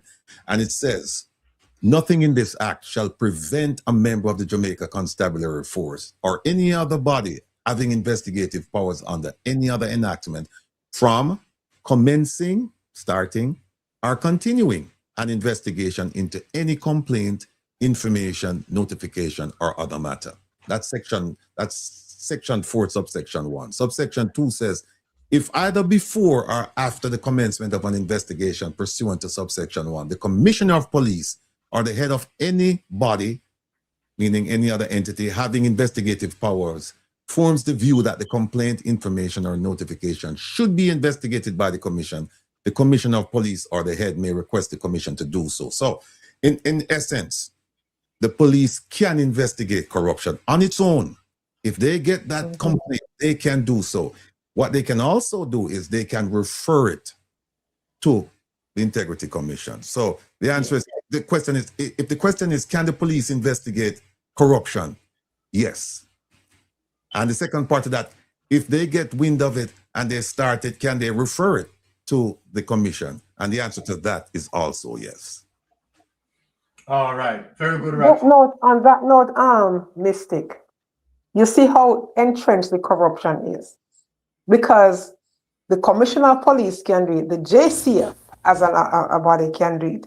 Have they done it? No, they have not. And also, as a side note, the Integrity Commission in their report, their latest report, talked about how the increase in persons filing on time, and also talked about as a result of their the work that they're doing, sensitizing them to what it is all about. So in all the criticisms that we have, they are doing a good job because more persons are filing and are doing so on time. So it is working. What they need to be is funded, and the police commissioner must start doing his job, and stop cosplaying as a politician. Do his job, because if it was any other administration, they would have been doing so. So then they need to get it together. And it's and just to add one quick point to that, it's not only the JCF that can investigate it. It's any other body with an investigative responsibility. So any other entity in Jamaica with an investigative responsibility, they could actually investigate this thing. But again, to Sister Maria's point, nobody now going to do it. But Ratigan, look at the JCF. How many officers? Yeah, how many officers had their visas cancelled? You see the level of corruption? That's it. And Brother Ratigan, put me up. Brother Ratigan must be mindful that an entire police unit. Hold on. Yes, Carla, hold the line. Hold the line.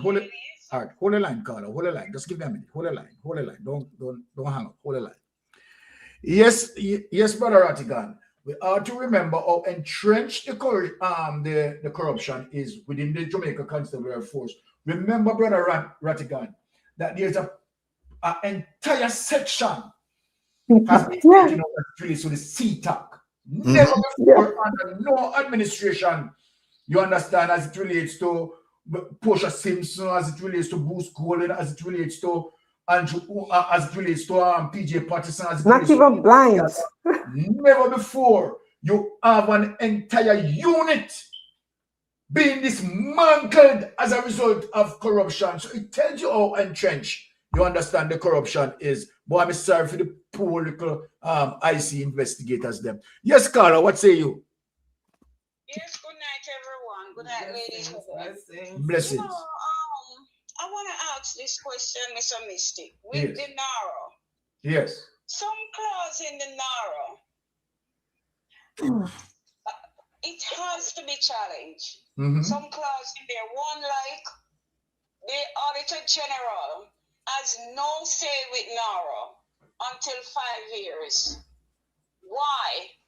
Is it something they are hiding? Yes. For me. Yes. And also, the way in which Naro is operating now is like Andrew Ole's private business. It's not like it's running the country. It's like his private business. What is there to hide? Because up until now, they have not made the opposition a part of what is happening with Naro. Can this be challenging the court, Mr. Mystic? Well, I would have, yeah, I'm not going to answer you off the bat. I think I would have to seek some advice.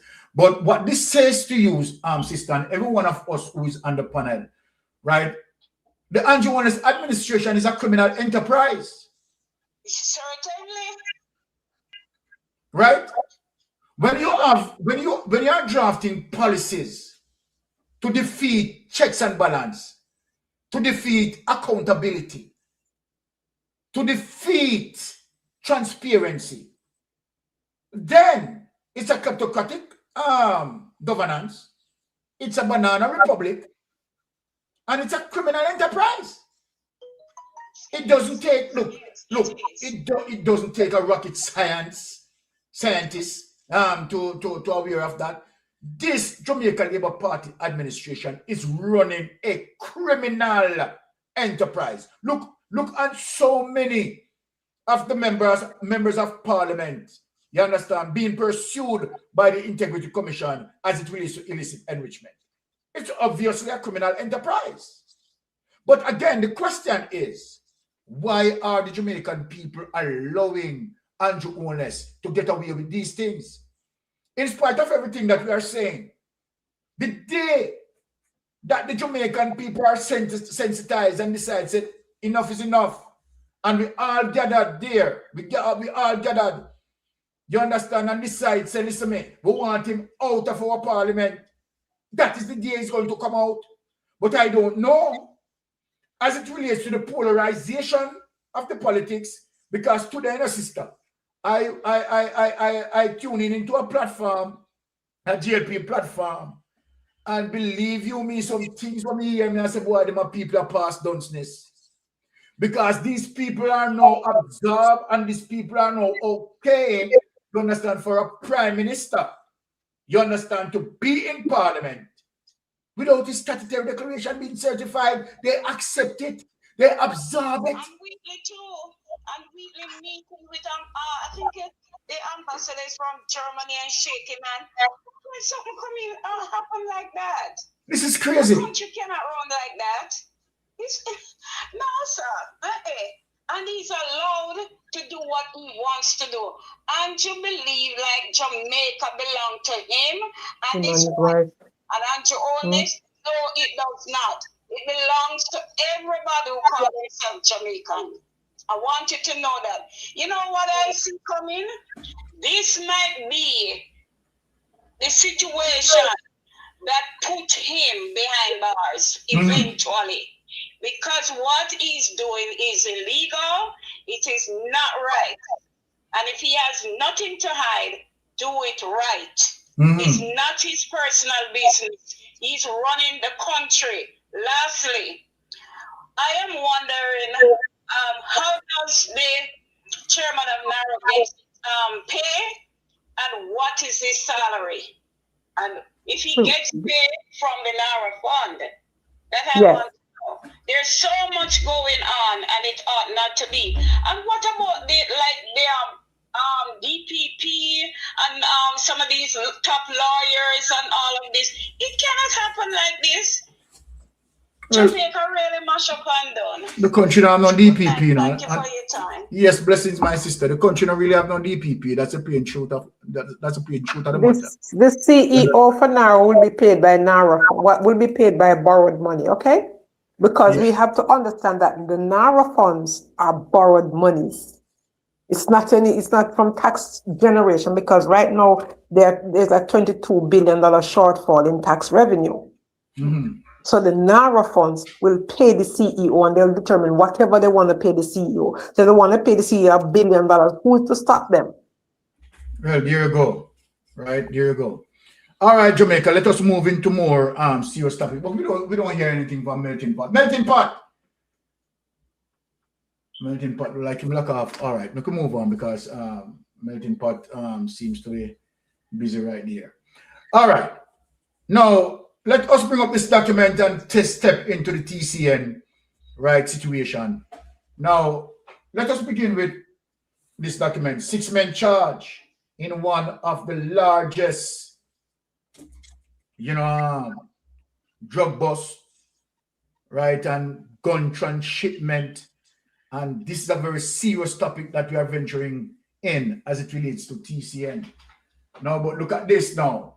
One of the reasons why we are digging into this, Brother Ratigan, Melting Pot, and Sister Maria, right, is to the fact that some of these men, right, they are Jamaican, right, they will be coming here, right, but we are going to get into some serious situation as well. It is men like these that the United States, right, kicking out of the United States and sending them to the Caribbean countries, right, because, of course, the Caribbean countries, right, can absorb them. They are not to be in America. They are to be in the Caribbean. They are to be in the dump basin. All right. Here it is. A multi-agency, right, months-long investigation recovered 47 illegal guns and more than 1 kilogram of narcotics that the defendants allegedly trafficked into Queens and Nassau County. Minola, New York, Nassau County District Attorney Ann T. Donnelly and Police Commissioner Patrick Ryder announced that 6 men have been charged with multiple counts of criminal sale of a controlled substance, criminal sale of a firearm, and other charges in one of the largest gun trafficking investigation in the Nassau County history. The arrests are the result of a 14-month long giant investigation led by NCDA's Firearm Suppression and Intelligence Unit and included the Nassau County Police Department, the Bureau of Alcohol, Tobacco, Firearm, and Explosive, all the police team that involved. Take this away, honey, because that is not where I am going. I'm just showing, right, some of the type of criminals that will be gearing up, right, to come to Jamaica. Now, this is what Chang is saying, because of Bangaranga tonight, let us put up what Chang is saying. Chang is saying no criminal will find safe haven. People look. I raise the issue. Why? Let us show that as it relates to what Chang is saying. No criminal will find safe haven. Right? This is what Chang, right, has been saying. Here it is. No criminal will find safe haven in Jamaica. July 1st, 2026. Deputy Prime Minister Dr. Horace Chang has rejected suggestion that the government would allow criminals to be imported into Jamaica, describing the claim as ridiculous and politically distorted. Stop that, honey. Now, look here, people. What Chang is saying is garbage, right? There is no way Jamaica can determine whether or not criminals would be a part of the TCN program. He has no way of knowing that. Now, let us play this. Let us get into the next information here. Look at this, Jamaica.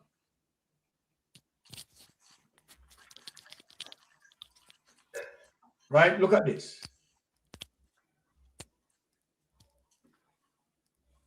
Are you bringing to Jamaica the most despicable pedophiles and dangerous people that Senator your Brown. MOU Senator has Brown. brought?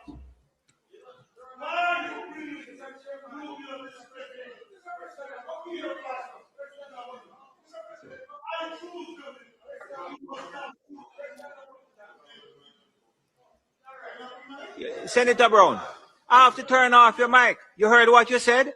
Why is the government of Jamaica choosing to bring Rubio's pedophile and despicable people? That is the position of the People's National Party. That is the position of the People's National Party. Well, if that is the position, I want you to state on the record that that is the position of the People's National Party. That the Jamaica Labour Party government is bowing to Rubio. Yes, stop this idiot, because tonight we are going to prove it. And I am going to show Jamaica and the entire world. And I'm not going to play the clip that been played all over with Marco Rubio saying, right, as it relates to despicable, pedophile and so forth. I am going to show you where Marco Rubio double down. So any Andrew Holness administration, hold on there before you play it on it. Right? Any Andrew Holness administration want to deny anything and sell anything else. Marco Rubio again double down. Clearly. Now listen to what Marco Rubio said.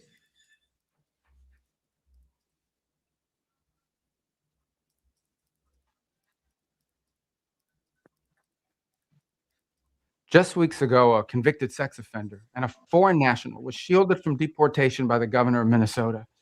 Laotian national Tu Le Vang was convicted of repeatedly sexually abusing a 10-year-old girl in the state of Minnesota. He even tried to pay his victim for her silence, and he called his heinous crimes a minor thing. Just days before this foreign sex offender was scheduled to be deported, Tim Walz, the governor, issued him a pardon, setting him free to once again endanger the children of America. Well, this week I revoked his legal status in the United States, and as a result, federal agents took him into custody, and as of today, he has been removed from the United States. Because of our action, this foreign criminal will never pose a threat to any American ever again. Americans must never be forced by their elected leaders to live alongside foreign sex criminals who have no right to begin with to reside in our country. This administration will always stand with the American people and defend them from violent criminals. Now, Jamaica, I want you to understand that, I want you to get that and listen to what Marco Rubio said as it relates to this particular sex offender, and that they group him up and then send him out of the USA, and he's a part of the TCN program. And I make up that, Jamaica, and I make them make up nothing like that, We are telling you that the United States are grafting the most despicable and the worst people within the TCN program. But let me give you more history. Now let us go to US President Trump. Let us give you more history.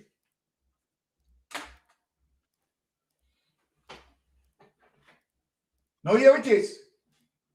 US deports migrants to Eswatini, African country with troubling human rights record. Let me repeat that. US deports migrants to Eswatini, African country with troubling human rights record. Announcement that people from Vietnam, Jamaica, Laos, Cuba, and Yemen were deported comes after 8 others were sent to South Sudan this month.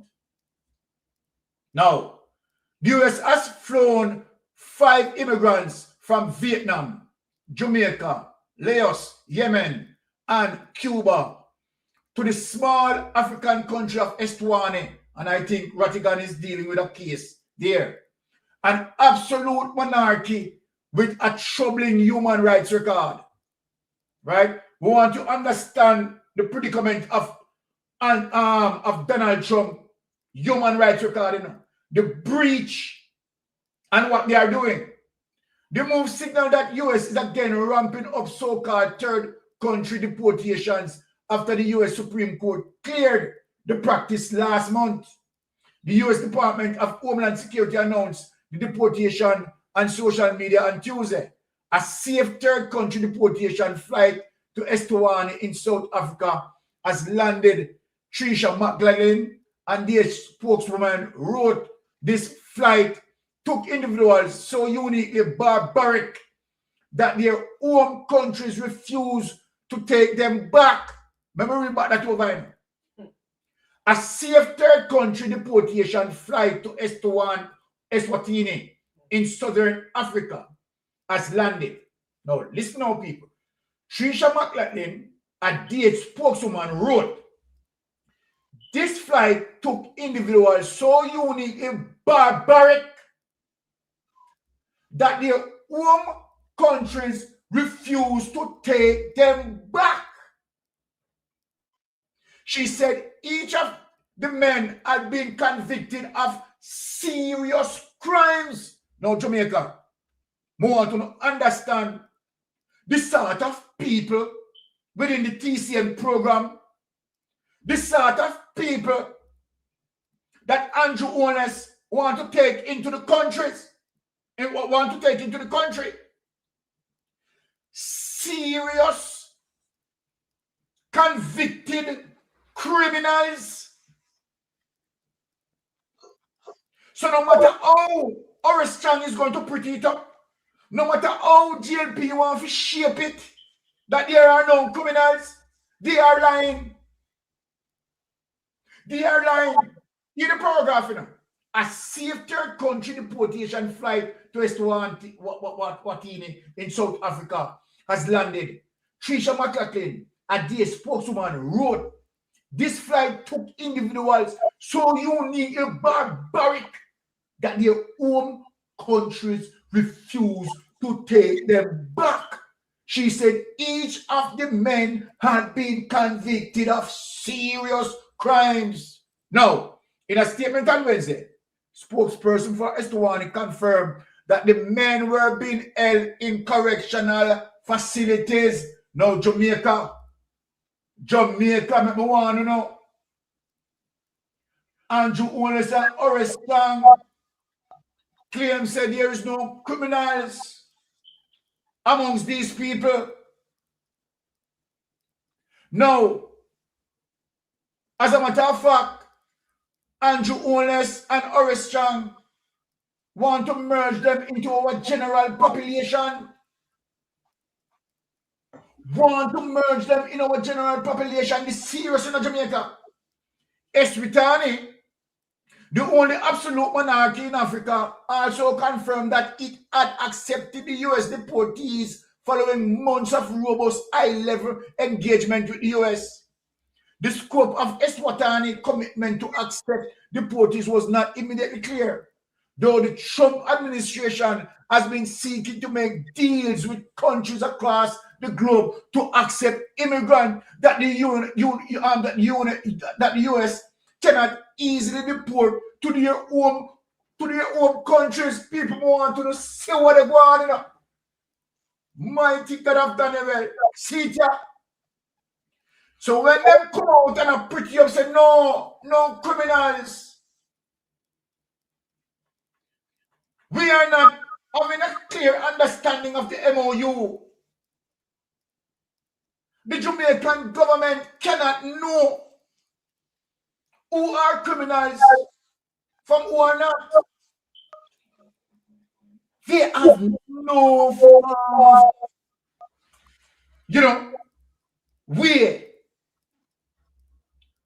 how to ensure to the Jamaican public that these people are not criminals. The report coming out here is telling you that there are some dangerous criminals. You understand? Though administration have conducted third country removals, the Trump administration practice of sending immigrants to countries facing political and human rights crisis have raised international alarm and condemnation. So Andrew want to say, I'll mix up in all of that, because what also involved into this, is also human trafficking, So let me ask a question now. If November come on and Donald Trump administration, you understand, out of power. How Jamaica is going to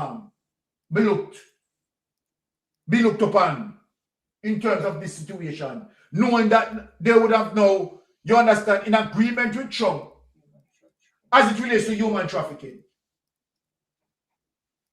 People only not see the bangarang here. Only not see the bangarang here what out to take Jamaica. Now hear it. The State Department most recent human rights report on Eswatini, which has been ruled since 1986 by King Maswati III, points to credible reports of arbitrary or unlawful killings, including extrajudicial killings, torture, and cruel, inhuman, or degrading treatment or punishment by the government. There were credible reports that some political prisoners were tortured in detention. According to the State Department, prison conditions overall varied, though facilities were plagued with overcrowding. My problem before we go through all of this, take out this honey. Take out this honey.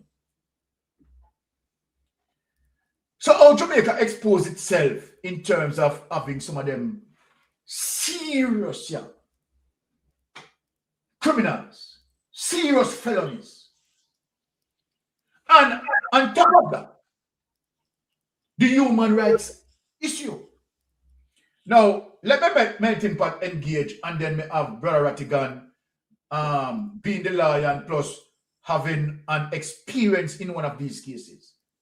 Brother Melting Pot, how do you see all of this playing out as it relates to, you understand, some serious criminals within the TCN, and where the Jamaican authority is trying to spin it? You understand that there are no criminals.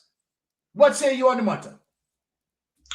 Well, I mean, this controversy has been allowed to rumble on for too long without any clarity coming from the government in relation to the true identification of the program of the people who are come to Jamaica. Yeah. The refuted claims, from the Jamaica Labour Party is that these people are not high-profile criminals. But when you listen to Rubio, he stated clearly that these people are despicable. And I'm telling the type of, severity where these people pose in your country. Because them have do it to US. Basically, that's what I say.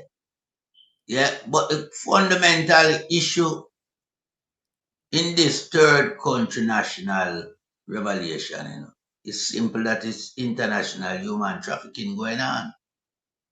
And the simple fact of the matter, say Andrew Wallace, and the Jamaica Labour Party decided to become a part of this, where they call now movements of people across the world. Yeah, it's going to be severe on him and him administration in time to come. Because this will not go away. Remember, the entire world has condemned such program.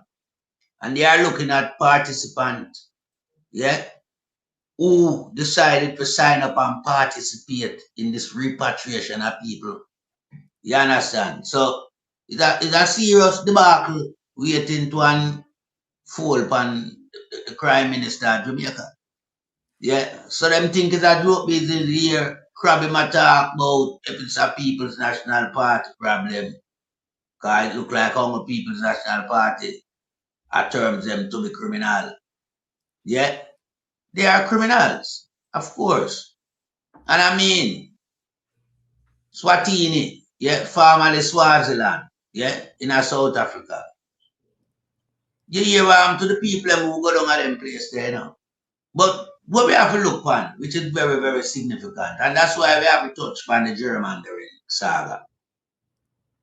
As some small amount of people in the country them taking, and with Jamaica alone around with 10,000, I want my people them realize that, when you look on the list of the breakdown, there's nothing to even rival the amount that Jamaica take. Jamaica is miles ahead of every country in terms of individual count. 10,000 Now, man, there's something more. Something more. Something of a hidden agenda. Yeah. And then when you look on your marks, I will tell we say a skilled worker, she go for. You can't go to America for skilled worker and go there so. A criminal there so, you know.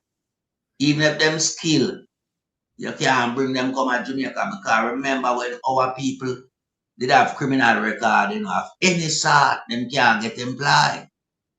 So me don't know, now go bring these people, come just put them in a Jamaica and make them static. Call them have criminal record. Yeah. And by extent, them not supposed to participate in our working environment because our people suffer under that portfolio of having criminal record in the past. So Jamaican, let's not forget these things. So the administration has been lying to us in Jamaica. And only time will prove that they are lying. Because I know this won't go away. And I know this will have international ramification for the leaders them who participate in such program. I yield back the floor. Well said, brother Melting Pot. Let me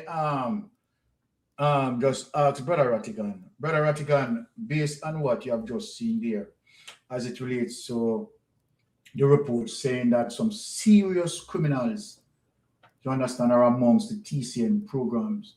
But apart from those criminals, right, it is also saying that the Donald Trump administration, you understand, being looked at by many international courts as it relates to serious human trafficking problems, you understand, and a serious dilemma.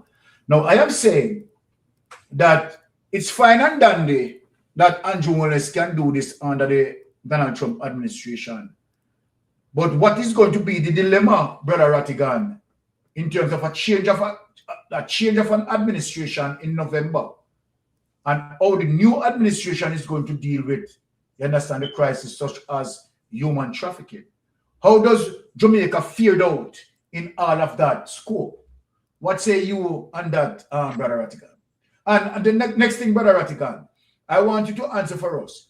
Is the Jamaican government has the capability to say whether or not to decipher if criminals are amongst the TCN, or they have the advantage to say, all right, they don't want these criminals? What sort of medium that they have to ensure that criminals are not amongst this TCN program? Talk to us about that. Well, depends on how much time you have, because this is a very complex issue. It has several moving parts to it. But all in all, what I can tell you is based on everything that I've read, everything that I've heard, everything that I've watched, that the Jamaican government is lying to its people. Wow. If you go and you listen to Minister Dana Morris Dix, you listen to Minister Chang, if you listen to Minister Marks, if you listen to the Prime Minister, and also if you couple that with the silence of Minister Pernell Charles Jr. and Minister Kamina Johnson-Smith, it will become abundantly clear to you that you're not being told the truth, my people. They'll tell you, you'll hear about a structured migration program. You'll hear about the Third Country National Program. You'll also hear about the Temporary Protected Status Program. And in order to understand what's really going on, when you hear like Secretary Rubio and you hear President Trump speak, it's essential that you understand all of these programs. And it's also that you understand the sequence of events as far as Ambassador Audrey Marks is concerned, because she puts herself right in the middle of everything. I know right now she's wishing she hadn't said a word, because she came out and she just made it far worse than what we originally thought. To your question about whether or not Jamaica has any ability to know who's coming, Jamaica does not. Wow. Jamaica does not. Because what Jamaica, and you hear them talk about, oh, we're going to vet people. Jamaica can't vet. Jamaica is in a position to vet nobody. Trust me, they can't. Let me give you one simple example of how you could have criminals coming to Jamaica. And I mean, we talk about criminals in America being sent, but then we have to talk about the different programs. But let me give you one example. Let's say you have a criminal coming in from country X, and this criminal is stopped at the border, and they decide, okay, you know what? We're not gonna let this person in. We're gonna put this person in the TCN program and send him to Jamaica. Now that person could be a serial killer in the country where he's coming from, but there are no traces on this person at the border. So them just grab him, and as far as that the U.S. is concerned, that person has not committed a crime in America. So when them send that person to Jamaica, Jamaica said, give us the traces on him. The traces said he was just stopped at the border, and that's it. Now what you have a serial killer in Jamaica with no traces whatsoever. That's just one example that they're not even looking at. Another example is America has made, this is another example, don't get me wrong, people, mistakes. They've said we have seen instances where people have been said to have no criminal history, and then it turns out that, you know, the person have a criminal history. You can just assume that is going to take place, even if it hasn't been publicized. It's going to take place whenever you have these mass deportations and you have people coming in from all over the place. Another thing is, Marco Rubio made it abundantly clear that he's going to get rid of the most despicable people in America, the pedophiles, child rapists, murderers. And there's a video that I thought that was the one we were going to play, where he said, we are prioritizing them. Yes. People we want to send out are these people. The first set of people we're sending out, these people. And he said, look, we have people with TPS and all that stuff that, you know, they no longer have status. Yeah, we're going to get rid of them too, but we need to get rid of the worst ones first. So you can just assume that the people, some of them who are coming to Jamaica, they're gonna have a history. And the problem is, they're common, unlike Eswatini, where Eswatini, they have people in jails. The people are in jails, they're not in prison. The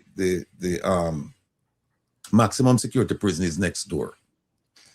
But they're gonna come and they're gonna be able to walk around. Whereas in Eswatini, they can't walk around. They're locked up. So the idea that Jamaica knows the people or can pick and choose who they're getting is a fallacy, people. I don't believe for one moment that it's going to happen. And then this idea of them trying to minimize what they've said to the Jamaican people, by minimize the idea of, oh, these are God-fearing, upright, you know, honest people, and you have nothing to worry about. That does not strike me as being honest, because when you look at what Audrey Marks has said, Audrey Marks is talking about getting people from TPS. And she said she started this from 2024. Well, how could she have known that Donald Trump was going to win the election? And then how could she have known that the Supreme Court was going to say that these people, they don't have status in America? They just made that decision just a 2 months ago. How could Marks have known this back in 2024, 2025? She couldn't have. She couldn't have. So what Audrey Marks did, and then listen to what she said. She said, oh, I was watching the Republican convention and I saw where they were promoting the America First doctrine. And I saw it as a way that Jamaica could leverage against it and bring people to Jamaica. Well, people, let's just assume now. Let's just assume that there are no criminals coming to Jamaica. None. That the people that they're sending, they're people who are working from off of the TPS program, the Temporary Protected Status Program. Those are people from Venezuela, Syria, there are a few countries where they're coming from, right? Now, let's say that these people are people who are working in America. They don't have no criminal history and they're sending them. You know what Minister Chang said? He said, these people are not coming to stay because the per capita income of Jamaica is $7,000 US, and these people are coming from a place where the per capita income is $80,000 US. They're not coming to work here. So when Audrey Marks are telling us that they might come for work there, is garbage. Not only that, America as an America first policy. How about Jamaica having a Jamaica first policy? We have students, we have skilled workers in Jamaica, we have the tertiary institutions, UA, UTech, Northern Caribbean, pushing out all of these people every year. They're graduating, no jobs, right? So if you need to fill the skilled worker position in Jamaica, why don't you use the people coming out of the universities, the people in Jamaica? And if you can't find them there, why don't you come to the diaspora and say, hey, all you diaspora members, you want to come home and work? Why don't you do that? Instead, you say, we're going to take some people now that are deportees, and no matter how they slice it, these people are deportees. They are deportees. And they're coming to Jamaica now to do what? We hear so many different, and then they say that we're conflating this program with that. No, they're the ones trying to confuse us with what's going on because they're caught between a rock and a rocker. What they've done is they've been disingenuous with the Jamaican public. They have not come out and said to us, listen, this is a story. Here's what they should have done. When this was broached to them, they should have said, all right, you know what? Let's get the opposition involved. Let's get civil society involved and let's have a conversation about this program. And that way you make a decision. So everybody's on board. Or if nobody's on board, then at least you know. But had it not been for the leak, we don't know where we would have been because it was the leak that caused this. And then the Prime Minister said, well, why would we leak? And then Audrey Marks is saying, well, somebody leaked it and the person who leaked it had her documents and had other documents. How does she know this? It's somebody from on the Jamaican side that leaked this thing to the media. And there's so much mystic to talk about these programs. I mean, we just don't have enough time. But the long and short of it is that it's not a good situation. And by the way, I want to offer up some prayers for Pastor Alves, who's sitting in Eswatini in a jail right now, along with 2 other Jamaicans. And people have lambasted the man for saying that he wants to come to America. And I just asked him to walk in his shoes because he spent the better part of 4 decades living in America. His entire family is here. I think he has 1 sister in Jamaica, but his wife is here. He has 7 children here, and he has a number of grandchildren here. He has a congregation here. He has a business here. He has friends here. And so they want the man to just say, okay, we want to go Jamaica. The thing about it is that we're looking for family reunification. What we have now is family separation. Moving him to any other country would still result in family separation. Moving him to Jamaica, it still would, because his family is not going to move to Jamaica with him. And so at this point, the focus should be on how can we get this man to be reunited with his family while he's suffering. He's suffering. He has a medical issue, and the diet that he's been fed is not good for his diet. It's not good for his health. Not good for the man. He was wearing clothes for almost 2 weeks, the same set of clothes. They gave him 1 face rag, 1 bar of soap, some toothpaste, a toothbrush, and 2 blankets, because it's winter time now in Eswatini. And then when they're feeding the man, they bring a bucket. For breakfast, they give him sometimes they give him some oats, sometimes he get a quarter loaf of bread with a tea bag. And he have to go find a way now, forget sugar or whatever. And for lunch, them bring over rice in a bucket from the maximum security prison. And him say them just throw some unidentified gravy on top of it.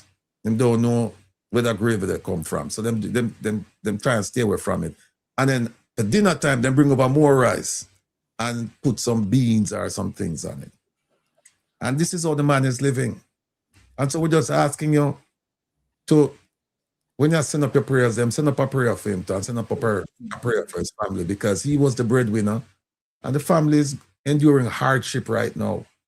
And I'm doing the best I can. I talk to them every day. I'm trying to put them in touch with other people, see if they can provide some assistance. But this is not good for Jamaica. And Jamaicans, be careful, because they, but for the grace of God, go I. When you start criticizing a man like Pastor Alves, just think that could be you. That could be you. And I can tell you that based on what I have been what has been imparted to me, that to date, Pastor Alves does not have a pending criminal matter. It doesn't. He hasn't committed a crime.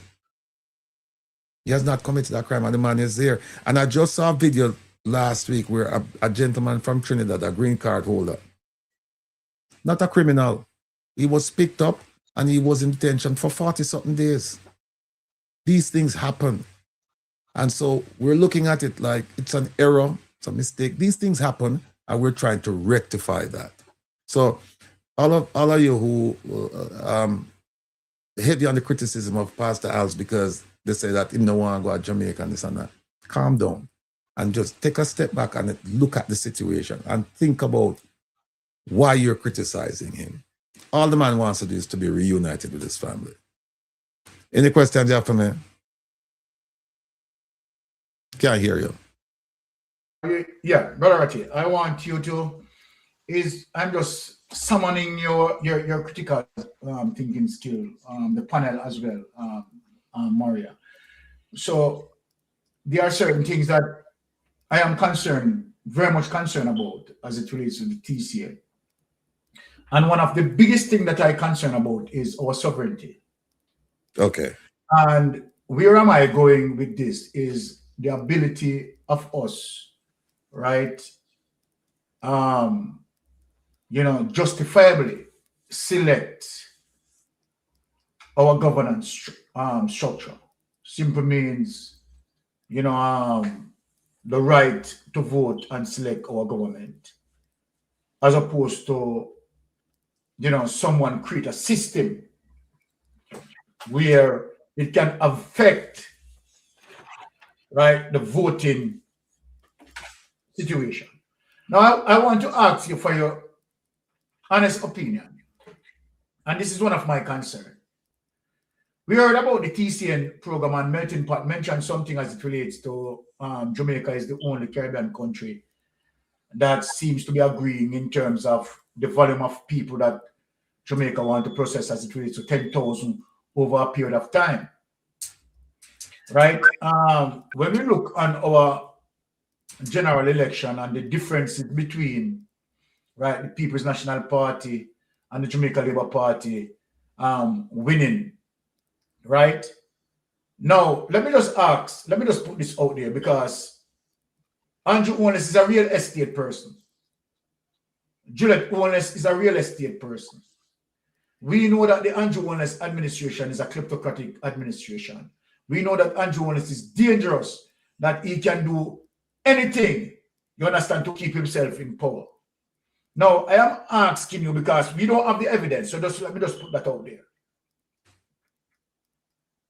Can these TCN people, in terms of we not knowing how many numbers will be processing at any given time, knowing to the fact that Andrew Holness and Juliet Holness, they are real estate, and they have the ability, the capacity to host, right, X amount of people. Could these people use as a political strategy to change a political outcome if these people are not put in check?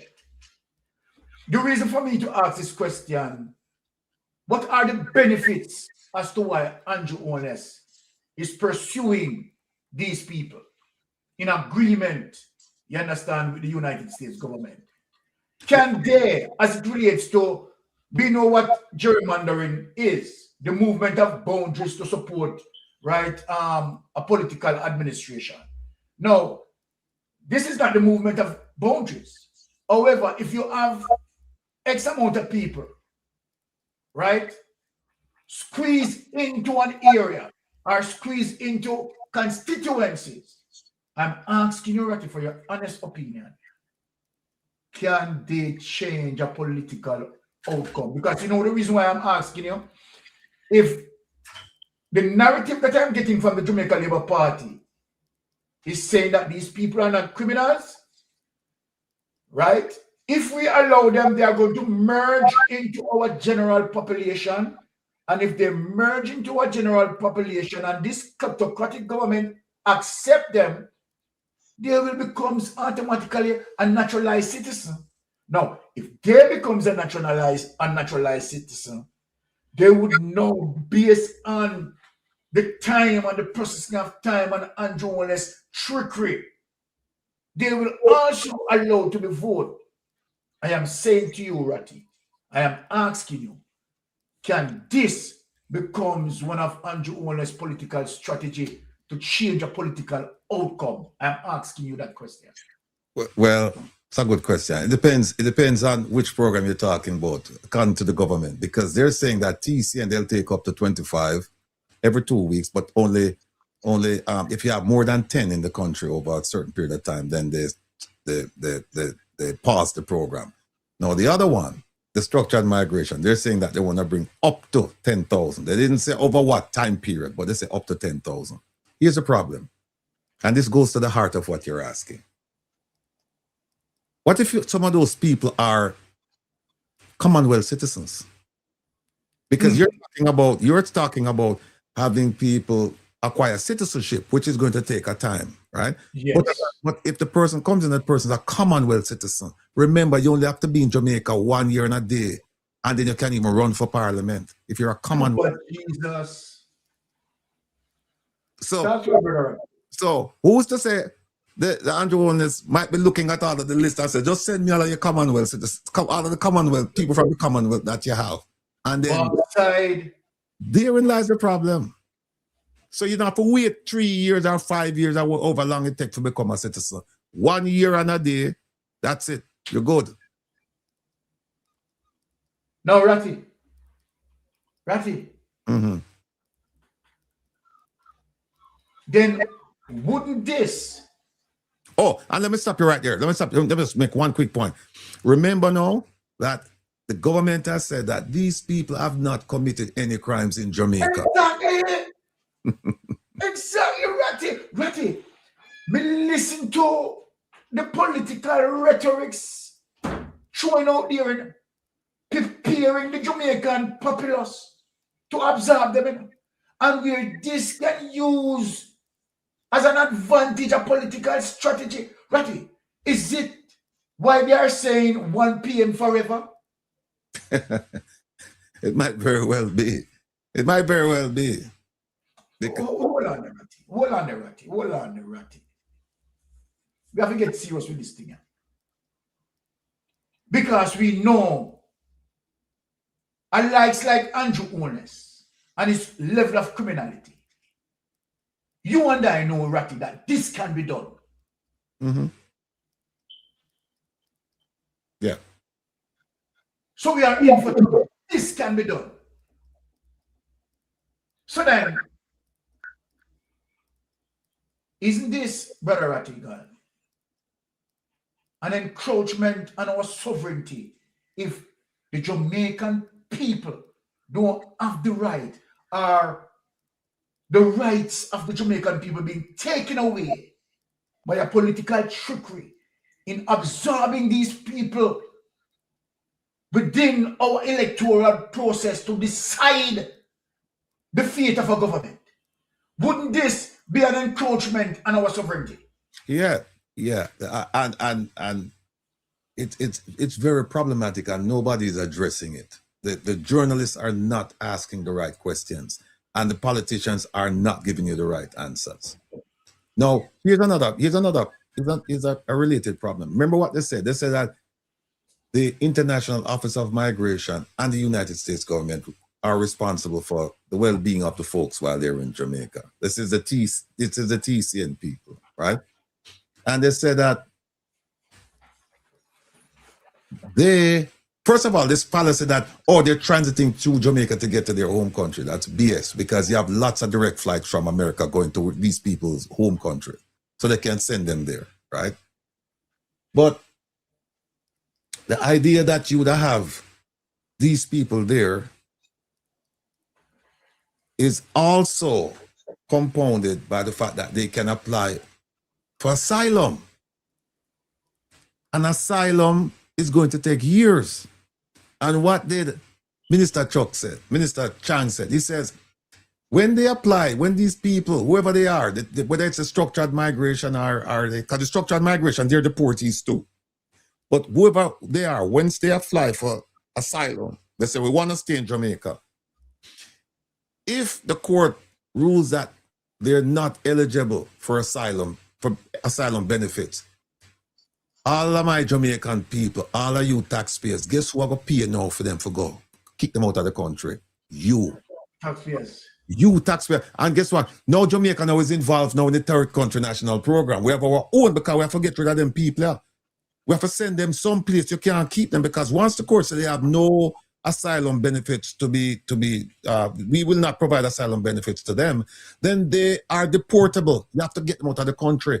And if they can't go back to their home country, where are you going to send them? Mighty God.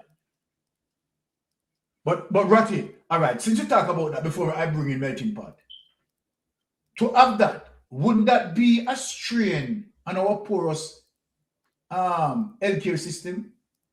Wouldn't that be a strain on our economy as well, to the fact that our economy is porous? And wouldn't that have a ripple effect on the economy in general? It is going to be a strain on the entire country. The infrastructure, everything, it's going to be a strain. And I was about to say they haven't thought it through, but they have. They have. And they know why they're doing this. They know why they're doing this. And what we mustn't forget, though, Mystic, is that Jamaica, the Prime Minister can talk all in one, boast and say we're an independent country or a sovereign nation and blah, blah, blah, blah, blah. And can say that, Marco Rubio, I'm friends and all that. But he must remember this. Remember the words of Henry Kissinger, that America has no permanent friends or allies.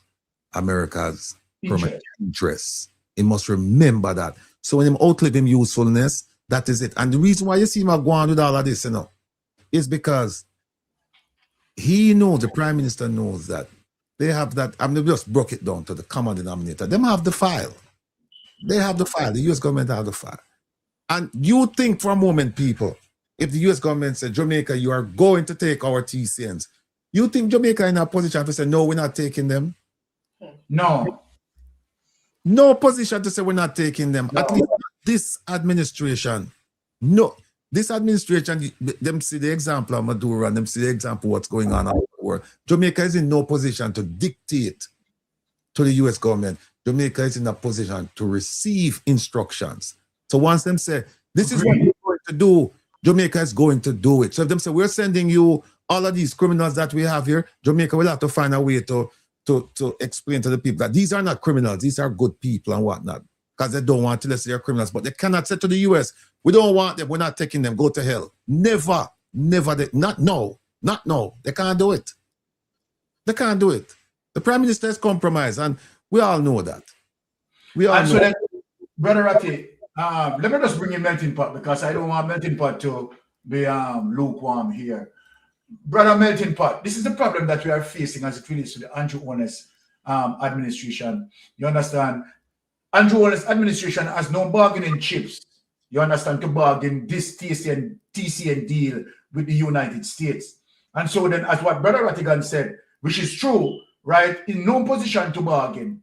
Now, we know based on the report that we had just read, you understand, we have some serious, dangerous criminals. But again, apart from that, the breaching of our sovereignty, you understand, and what, you understand, over a period of time that, these people can use for as it relates to Andrew Holness' political strategy to keep him in power, to the fact that the Integrity Commission investigators over his head, and he wants to stay in power, he wants to maintain power. We know that Andrew Holness will go down this route, you understand, in terms of utilize them in a very effective way, you understand, to bring a political outcome. So I am asking you, Brother Ratty, as it relates to these serious concerns, what do you have to say as it relates to all these issues? Melting Pot, sorry. Well, I mean, every Jamaican can see that is lie counteracting lie. You have lies and you have counteraction lie. Yeah? The whole administration are lie from day one. But what is significant, as I said, just look at the amount of these people that Jamaica sign up for.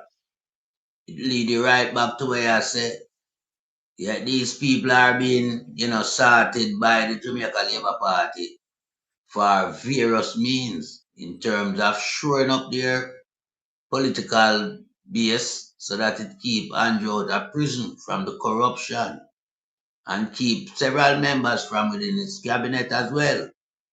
This is not just Jamaican, participating in a program of such high-profile controversy. This is Jamaican being told, being bullied, being manhandled, based on the fact that the crime minister is so much compromised. It's unreal. Him can't say or do anything, him just have to comply or die. And him don't want to die, so him comply. Yeah? So Jamaican, we have to be very sensible about this problem. Yeah? And don't listen to the administration in power. It's a kleptocratic government that has found it back against the wall for various criminal offense and corruption. None so more than involving in the narcotic, upsurge in the region, where Jamaica has been labeled as transshipment hub for the region. Now them have him file, Yeah, and Andrew no want them use the file and sharpening cutlass. Yeah? So what Andrew I don't know is just Satamasa, Ghana, just work with the program. Yeah? And Andrew want the program for also have consequential benefit to him in Jamaica. Yeah? By utilizing these people into constituency, because them have the number, and remember them have EOG office within them office, Yeah, well, it is wrong, fundamentally wrong, if you have all that in the Prime Minister office. Now him can't scrutinize everything we need to be scrutinized, and can't come up with a formula to benefit himself from out of the same corrupted program, the human trafficking program, the international human trafficking program. So this is how this guy think. And that is why we have to stay 5 steps ahead of him. Yeah? You can't just stay 1 step ahead of Andrew, You have to 5 or more steps ahead of him and him administration. Because when it comes to lie, they are the chief architect. You understand? So it's lie being contradicted by another lie. So when Andrew Marks and your mark come out and lie, Crab come and contradict it with another lie. Mm-hmm. The crime minister do the same thing. Big Mama and the whole of the bloggers, them, they are just liars. And that is what is holding back Jamaica. Yeah? And a serious note, yeah, when you have your head of state that always lie when addressing the nation, is a serious recipe for disaster. And Jamaica need to get rid of such leader. Yeah? Such leaders no place or right to lead a country. Yeah? Because nowhere else he would have lost his job. The minute them find him lying. And who would have found out that? Journalists. That's how it works in the UK. When journalists interview, I remember them have them thing well ready for talk to you, interview, And when them find you lie, them publish it and make it public. And you have to go. Because the whole media for turn it to turn down for you, because everybody has sell them paper. So them are write the headline. You can't take so much headline. But in a Jamaica, it's like fun time. Not headline, fun time. We not no journalists down there. If Andrew Wallace no say, he might go come under high scrutiny, yeah? With anything when you think would I behave the way I behave? No. But him by the journalist side of things in Jamaica. And him also control the police side of things. and them control the judiciary side of things. Yeah, and give them high salary, you know. So what am I doing? My ring fence civil society as part-time corruption. Put that around him. So this is why we are ineffectively operating without a DPP. We don't have done for the longest while. It's just a post being filled by a ghost. Taxpayers' money. No, I see you talking that, you know. Post being filled by a ghost. Yeah. See you talking, that's no joke. Ghost DPP we have for the longest while. Now you see we have to start it fundamentally as it is. You understand? And you know melting pot thing different. So yeah, we have to fling out the narrative out there. And we have a lot of money for some high civil servant position, you know. Then even look on the permanent secretary them when I have nothing set in stone for over 11 years. Eh? You can't call that a working force. It's a ghost force. All of them are ghosts operating on that title. We see it. And even when you go back to the earlier reason where we are talking about who can arrest who, and the same thing with the police them. When it comes to white collar criminality in Jamaica, them not police that. Them police to get up people them. Cause them hear the name them brandish about, you know. And they know they have the role and responsibility can act in that capacity. But they choose not. Because them are part of the corrupt system. That's why the commissioner now under pressure from them own staff. Remember them tell us them complicit to the corruption we are going in Jamaica, you know. Them burn them out, you know. Them call some policeman we are swelling a wealth. Like Richard Stewart, who is now in the process of constructing an apartment in a Wallava. Plus him have several more. Now you tell me under the son of the Almighty God. Our policeman rise to that stardom. But the same policeman is linked to the death squad in Jamaica. And we see the numbers as it relates to our statistical figure where state killing is concerned. So it proves that yes, there is a death squad. But this man on the back of being now police in charge of crime, he must well. Because him other half working at the land agency department. And them buying up the land them like nobody. Well, capturing the land them like nobody business. Because for them purchasing deal, you know, a backdoor thing. So them just run our money and capture it. And them a be like nobody business. But him is a policeman. Him salary don't give him that strength. But it a happen. Other police know. And know say if get arrested. Them know the commissioner to get arrested too. Because I'm ineffective, you know. And any police can arrest any police. But what we have a game of narcissists a play out in Jamaica. All of them are participating in it, from Andrew and all of the conglomerate them around him. Yeah, all of them are narcissists. I know Andrew alone. Not Andrew alone, you know. It's a ring of corruption around Jamaica. Yeah. And some people where look honorable status, them dishonorable. Them for the behind bar, them for the AIDS. And you forgot the AIDS like the Philippine leader, you know. Yeah. And you do more corruption, which is a detrimental consequence to the people in Jamaica. Yeah. Because one of the things, you know, as simple as it is, you know, just to go relax on a beach and get some cool atmosphere and get some seawater smoke your body. Remember, Andrew take away that. That is nature. And take it away from for charge and got the for human rights abuse in our country. So everything where we are sitting right now in front of our eye, we shouldn't be surprised, you know. Because Andrew has demonstrated that he is the type of guy that will stop at no length and breadth to pursue corruption. Him like corruption, you know. Yeah. Now you tell me in the entire world, how many prime minister are involved in Ponzi scheme to defraud its own citizen? Yeah. You Make you get back on the track with the TCN melting pot. We don't want to stray too far. You understand? The TCN is what we have to know.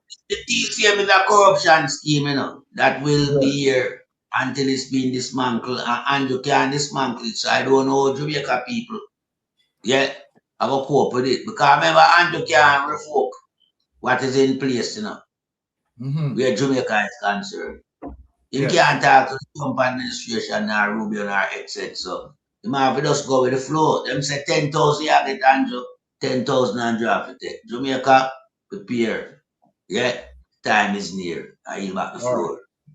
Okay. But let me just bring in Sister Maria now in the space, because Sister Maria, we have a serious concern as it relates to the possibility. We are not saying that, okay, all right, here are the facts, because we have no such facts. But we are saying as it relates to the concern, and we know as it relates to Andrew Holness administration, right, the trickery, right, and how Andrew Holness now, right, being pursued by the Integrity Commission as it relates to illicit enrichment. So we know that it's a corrupted administration. Now, for the TCN program, right, and how it can be used in terms of encroach on our sovereignty, right? We are talking about 10,000 people that Jamaica is now partially in agreement with over, you know, a protracted period of time. But as it relates to the MOU, we have no detailed information. People are left in the dark. But we are saying, as it relates to Andrew Holness and his evil deeds, when you have these people, 10,000 or whatever people, right, put in areas, I am concerning that these people can have a political impact as it relates to the political outcome of our electoral process, right?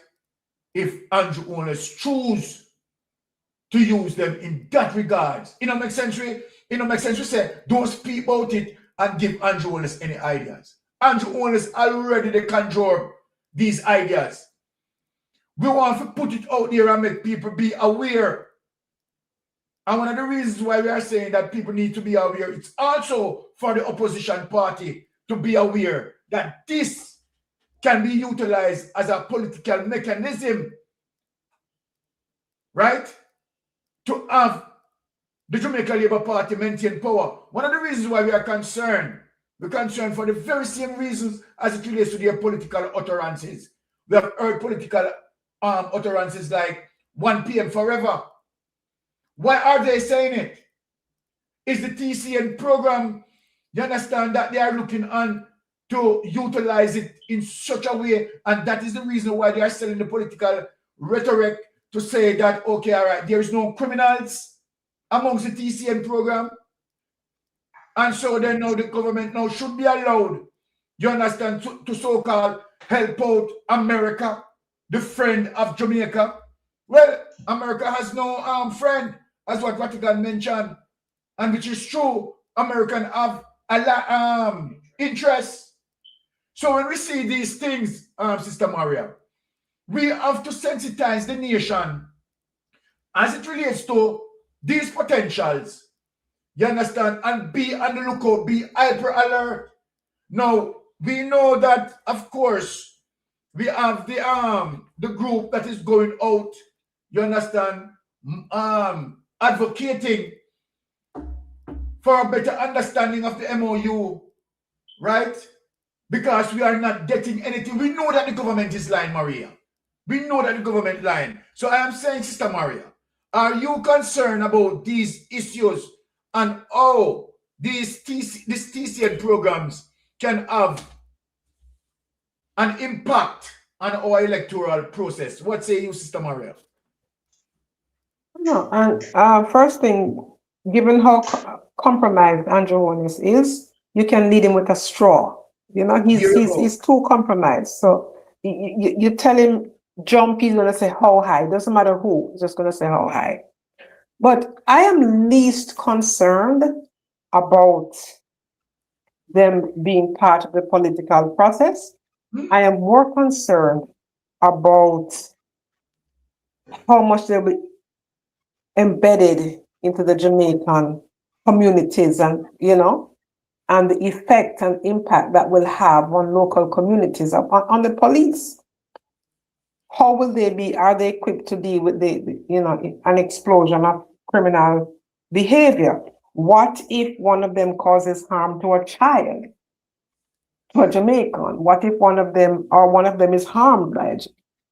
You know, it is a situation where I am most interested in empowering the Jamaican people with information, given that so little is known about the extent of the program, the details, the fine print of the program. Then the only counter to that is to empower people with information as it relates to preparing them and how they should react and how they can protect their communities. Because at the end of the day, the only line of defense between the government and this program are the people of Jamaica. And then when they start to revolt against it, then they'll see a course correction, because it's their communities that will be infiltrated. It's their children, it's them. And the truth is, when these people start to experience the level of they think they've been on the North Coast in an all-inclusive hotel now. So when they start to experience what Jamaicans experience on a daily basis with the poor infrastructure, hospitals and schools, and what if there's a language barrier? So there are more problems that this is going to create than it's solving. And the truth of the matter is, I think the government bit off more than it can chew. And so I would lean towards educating the people, empowering them, giving them as much information as is possible, so they can protect themselves and they can have those conversations and they can ask of their members of parliament the real questions about what this is about and how it's going to impact their lives. Because forget elections, their lives will be impacted right here and right now. Not a year from now, not 4 years from now, right this minute. And how can they deal with it? How equipped are they to deal with it when they're sharing the same broken institutions, the same broken infrastructure? So it's the people that we have to speak to, because they have the power outside of their votes to hold the government accountable. On this one, I think Andrew has bit of more than he can chew, and it's not going to go as he thought it would have.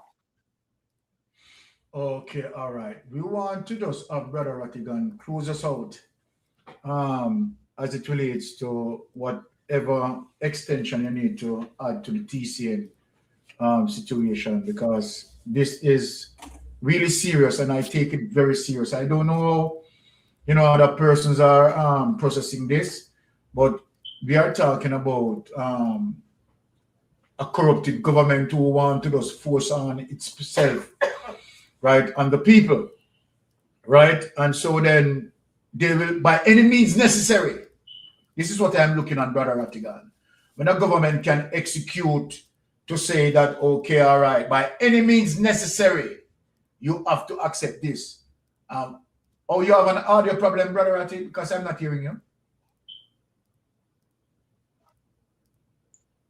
Okay, so let us just tap his mic. Is he hearing you? Are you hearing this? Are you hearing Ratty? You're muted. Yeah, Ratty, you're speak. Unmuted now. Tap the tip of your mic, Mr. Rattigan. Tap the tip of your mic. Tap the tip of your mic. This is the same mic. Okay, so let me finishing. Jamaica, this is something that we have to concern about, right? In terms of how they can be utilized, you understand, to benefit Andrew Holness. And this is no joke. Because at the end of the day, right, this is the reason why, if you notice, Horace Chang is now trying to soften it to the Jamaican people that they are no criminals. And by him saying that, he's saying that, okay, they're hell-bent in that to the fact that they are going to accept them.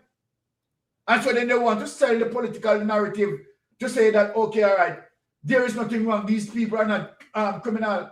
They must go as far as saying, you understand, that these people are skilled workers. When you have Marco Rubio is saying to us that these are criminals, and what United States is saying that they are getting rid of the worst. And the program as it relates to Donald Trump administration is to get out the worst of the worst out of the United States and send them where?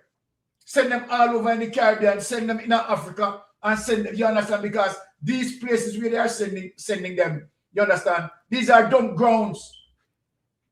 Then I don't understand how Donald Trump administration is trying to, you understand, sell this, that United States is seeking to do investment in Jamaica. People want to think between the lines, you know. Think between the lines, and so-called American ambassador is coming here, you understand, and they will be pursuing serious investment and so forth. And all them talk the way you hear about, you know, say cool on now. So how is it then? This is my question. How is it that United States want to invest in Jamaica? Want to invest in Jamaica and want to develop the economy. But at the same time, they are running out people out of their country that they deem to be despicable and send them into Jamaica where they want to invest. People want to think between the lines, man. Think between the lines. United States claiming that they are looking forward to invest in Jamaica. Now, these criminals that they are cleaning up in America as it relates to ICE and ship them off to different areas in the Caribbean. How is it that these criminals that they want to get rid of, they want to come now and invest in a country where these criminals that they ship out of the United States? I don't understand that. Make it make sense. Talk to me before Ratigan come in. I am saying. Well, nothing can develop in that regard, you know, and we hear them talk about investment in Jamaica, you know. Yeah. We know them are trying to, you know, dose the fire and cool it down. Because them know we attack Trump on the Tcn, you know. Yeah. So by saying that now, it offer them leverage. Yeah. Where the people at Jamaica is concerned, we say, okay, all right, US are going to invest. US now doing no investment when we know of right now. Yeah. Exactly, melting pot. That's my point. They would have to explain what type of investment. And I mean, you'd have to see the team of investors living in the country. So when you have Dr. Crab come out and attack on this matter. Let me have a reason. How investors are going to invest in our country where the Prime Minister is under investigation for his statutory declaration, you understand, and the high level of criminality? It simply means that the country is not, you know, friendly to investors. Which investor would want to come and invest into a country where the Prime Minister and several members of his cabinet, you understand, under the surveillance? As a matter of fact, 2 executive members is seeking judicial review. Which investor want to come and invest into a country like this that is so corrupted and the atmosphere, you understand, is surrounded by pilfering, nepotism, cronyism, and skullduggery? Again, let us talk about the United States, you understand, so-called investment, selling us a lie. Selling us a lie, so-called investment, while they are sending, you understand, the worst of the worst to the Caribbean. So make it make sense, Melting Pot. Talk to us. Can't make sense. Can't make sense, no, my brother. Yeah, no matter how you dissect it, you can't get the truth to make sense. Because, first and foremost, any investor come to Jamaica, the first problem them have is high electricity bill. So energy is a problem to them to operate. Yeah? And Jamaican government don't solve that problem. From Andrew promised the 2 big power plant and now we can't see them. So nobody now come invest. Yeah? We don't have the current climate for investment.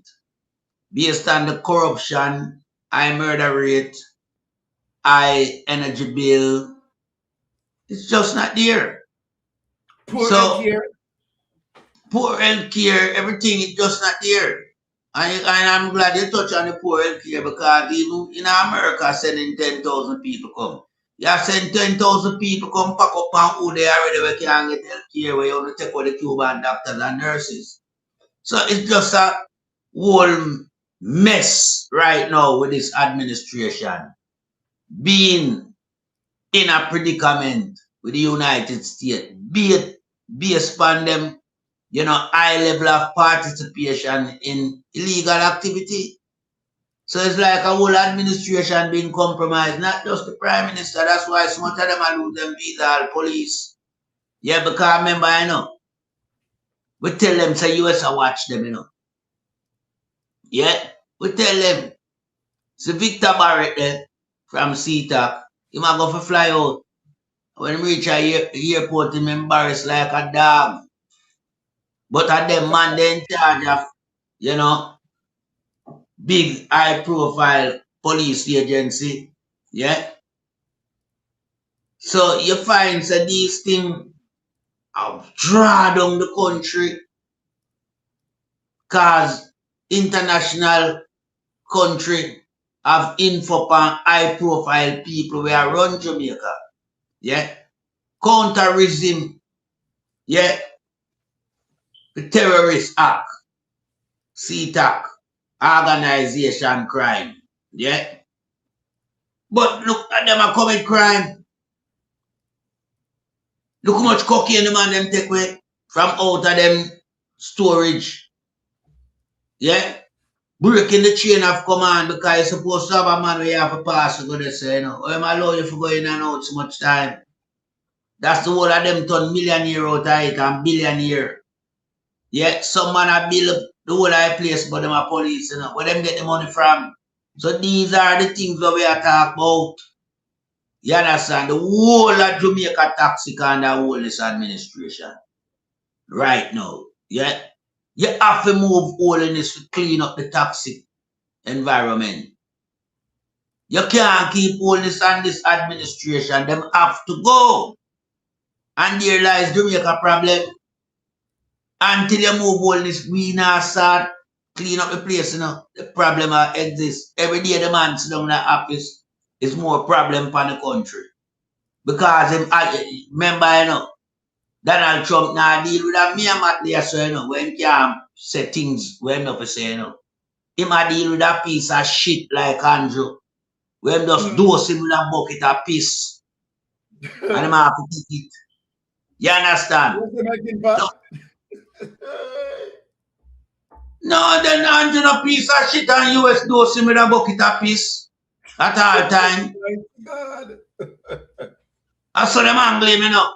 Him no command, no respect, no credibility. Remember him now no dignity as such, you know. So that's why I make the comparison between him and me and Matley.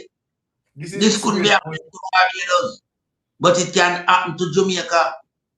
And then demonstrate it in no uncertain manner. Say Jamaica a idiot country, a shithole country, as Rubio said. And him a send 10,000 despicable worst criminal activists them in the United States prison system. Him a dump them in the shithole country when called Jamaica.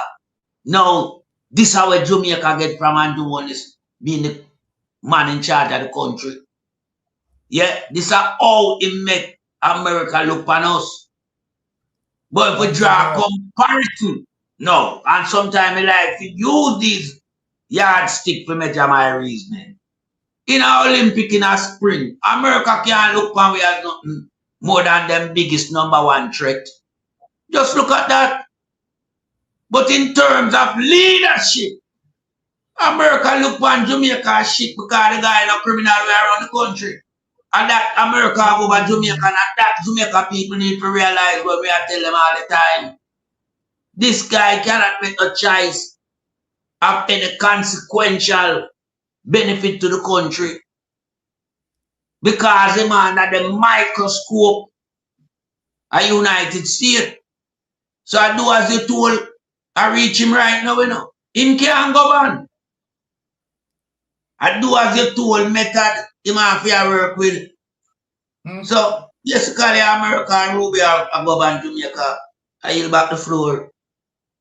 All right, well, Jamaica, my Jamaican people, Melting Pot said it all, you know. I don't think I could say it better than how Melting Pot shape it. You understand? The taste is in the pudding, and see we getting a call here. Let me just hear what the call. Oh, Brother Atigan is calling back. Hold on, let me just yes, Brother Ati. Yes.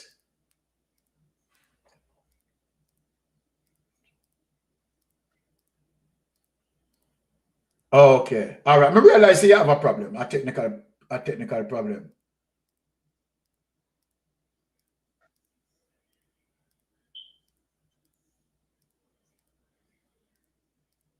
All right.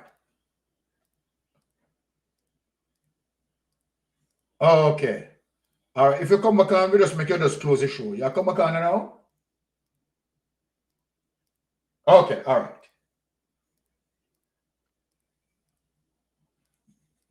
All right. So the thing is, Jamaican people, we have a very serious problem. And, you know, as it relates to Donald Trump administration trying to also provide a blanket for Andrew Owen's corruption. But coming November, Donald Trump lose the election. It is going to be a problem for Andrew Owen because the United States, when the Democrats take over, if and when the Democrats take over, right, you're going to have court issue as it relates to, you know, humanitarian crisis with these TCN, a whole heap of problem, whole heap of bangaram. Whole heap of bangaram. So this can't look good for Jamaica under no circumstances. And Andrew Owen can't say no to Marco Rubio and can't say no to Andrew Owen and can't say no to Donald Trump because he's highly corrupted and them have his balls in them hand and they are squeezing him. You understand? So we cannot have any clarity around the MOU. The opposition is asking, you understand, for them to come, right, and engage with the people, speak the truth, and yet, right, we are getting 3 different arguments. 1 different argument from Oristran, 1 different argument from RG Marks, and 1 different argument from Andrew Ones. So this is just serious. And I mean, Jamaica have to be hyper alert where this is concerned. Let me just open for some callers here. Yes, caller, you're on Mystic Sensation Live. Go ahead, please. Good night, Mystic. Good night. Good night, my brother. With this TCN something, you see? Yes. I read a point and Andrew them and John got nothing is in a red sent from it, and I tell you the reason why. Yes. Do you remember in your program you and Melting Pot and everybody came and say America needs some Jamaican politicians. Remember? Mm-hmm. To extradite them. Yes, okay, yes. That's what them do.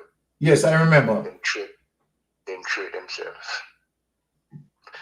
see Harishang in Peru. So what they do, they trade themselves to the American government. So they'll be free now, and we are getting prisoners. I don't know if you look at it like that. You know, Carla, I'll tell you something, you know. What you said makes sense, you know. Honestly, what you said makes sense. You understand? Because when you look, I think that is where might be the deal spin off. Because if you remember, Carla, yes, if you remember, Carla, that there was some extradition that sent out by the United States. You understand? Yes. And we know of a fact. You understand that Horace Chang was on that extradition. Okay. On that list. On the list. But no, you have not heard nothing about it. And I know he's free. He's over the weekend he was in Peru. Just look at that. So it seems like okay, and this is it, Carla, and I'm glad that you raised the point, you know. So is it now to hug up all of this, all of the American By the way, I'm gonna ask a question now. You guys know about it. How many guys did the American government wanted? 5 of them? Huh? 5, right? How many guys should be extradited? It was 5, right? Well, the figure that I was made aware of was roughly about 7, not 5. Okay. Well, they are free now, bro, and I'm saying each one gets 1,000 each and brought us criminal free for them. You know, just like how you see when we are fighting and America trading prisoners for prisoners. They are prisoners, so they trade themselves for prisoners. They're prisoners. All right, but let me say this to you, Carla. Let me say this to you, Carla. Do you have any concern in terms of what we are saying here on this platform? We have the How they can be utilized in our electoral process? There's one to be Jamaican people, you see. Jamaica is on a turmoil right now. And trust me, bro, you're going to see something. And probably this is the time when Andrew have gone away. Because Jamaica people love jungle. I ain't going further with jungle. But I say jungle is what you know what I mean by exactly. jungle. Yeah, I know where you're going with that. I'm going to see a lot of junglers in Jamaica now. Good and bad can be junglers right now. I know where you're going with that. People are desperate. So that's why you see everybody's waiting. I remember they sort of a demonstration coming up about it again. So tell them they must go and go to the man. Exactly. It's a matter of fact. I just say it's the only time he buy that more than one he can chew. Let us have wifey take us out with those 2 songs, right? Carla, we thank you for this, you know. I have some more things to say to you, but I wait until Thursday. Yeah, man. Thursday we talk again. Yeah. You understand? Thank you for the input. Thursday we talk, my brother. Bless up yourself. All right, good. Love that. Love it. All right. Now, Jamaica, let us galvanize ourselves around this. Yes. So play it funny. All right. We have to galvanize ourselves. Get out one and all. Get out one and all. Heed the call. All roads lead tonight go. Head bus stop Thursday. July 30th, Portmore in Jamaica. We come together to pray. We pray for accountability, integrity in the land, good governance and justice, guided by his hand. No more corruption. Let the truth be seen for a better Jamaica. We share the dream, yeah. We pray for accountability, integrity in the land, good governance and justice, guided by his hand. No more corruption. Let the truth be seen for a better Jamaica. We share the dream, yeah. In there, get out July 6 p.m. into 9:30 p.m. Wear your white, bring your candle, Jamaica. Make your voices count. Make your voices count.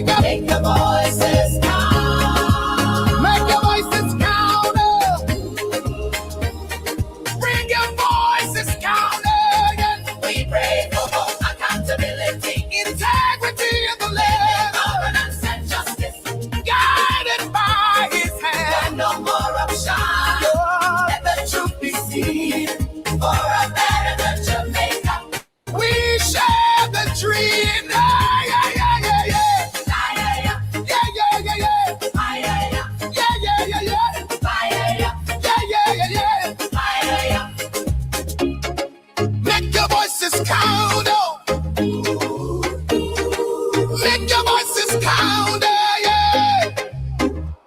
Hit the Jamaican, take me out as it relates to we galvanizing in, speak truth to power. And as we relate to the last here that we are going to close out now,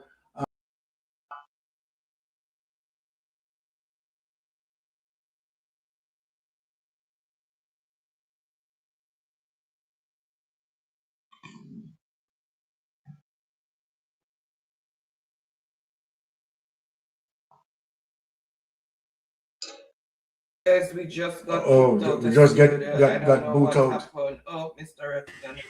Okay. All right. Melting pot, so I don't know what happened. Okay.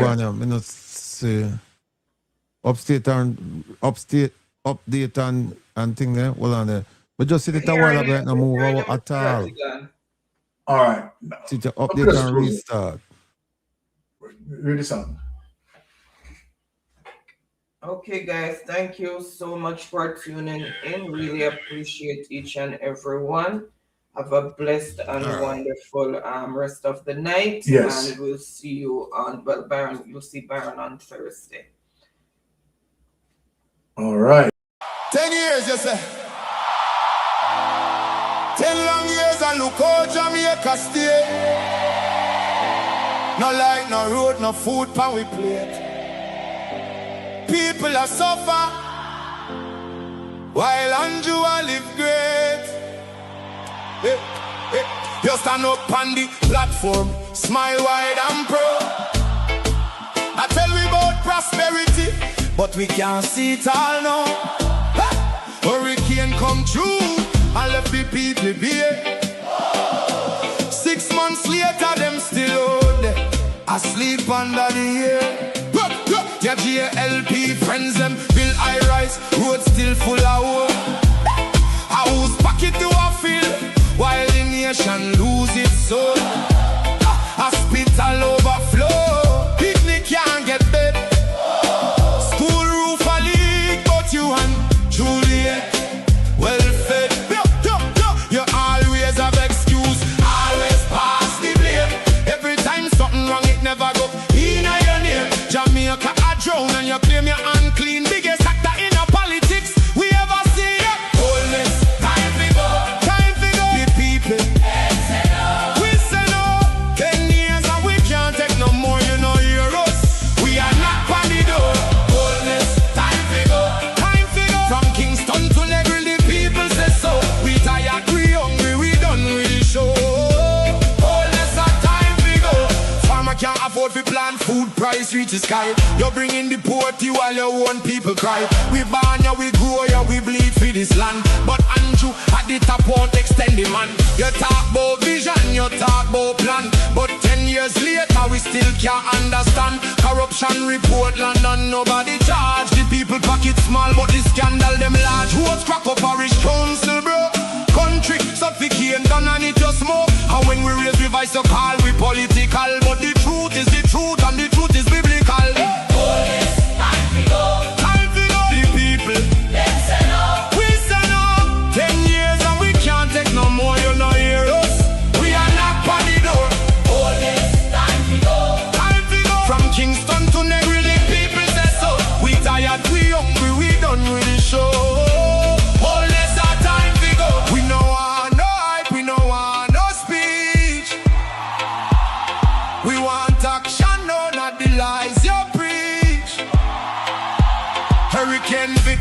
Still under tarpaulin.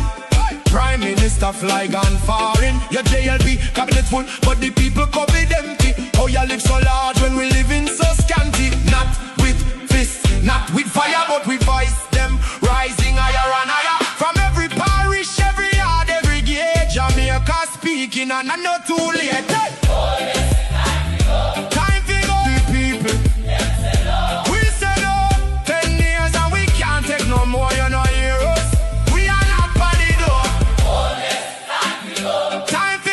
Kingston to Negril, the people say so. We tired, we hungry, we done with the show. Oh, yes, our time to go.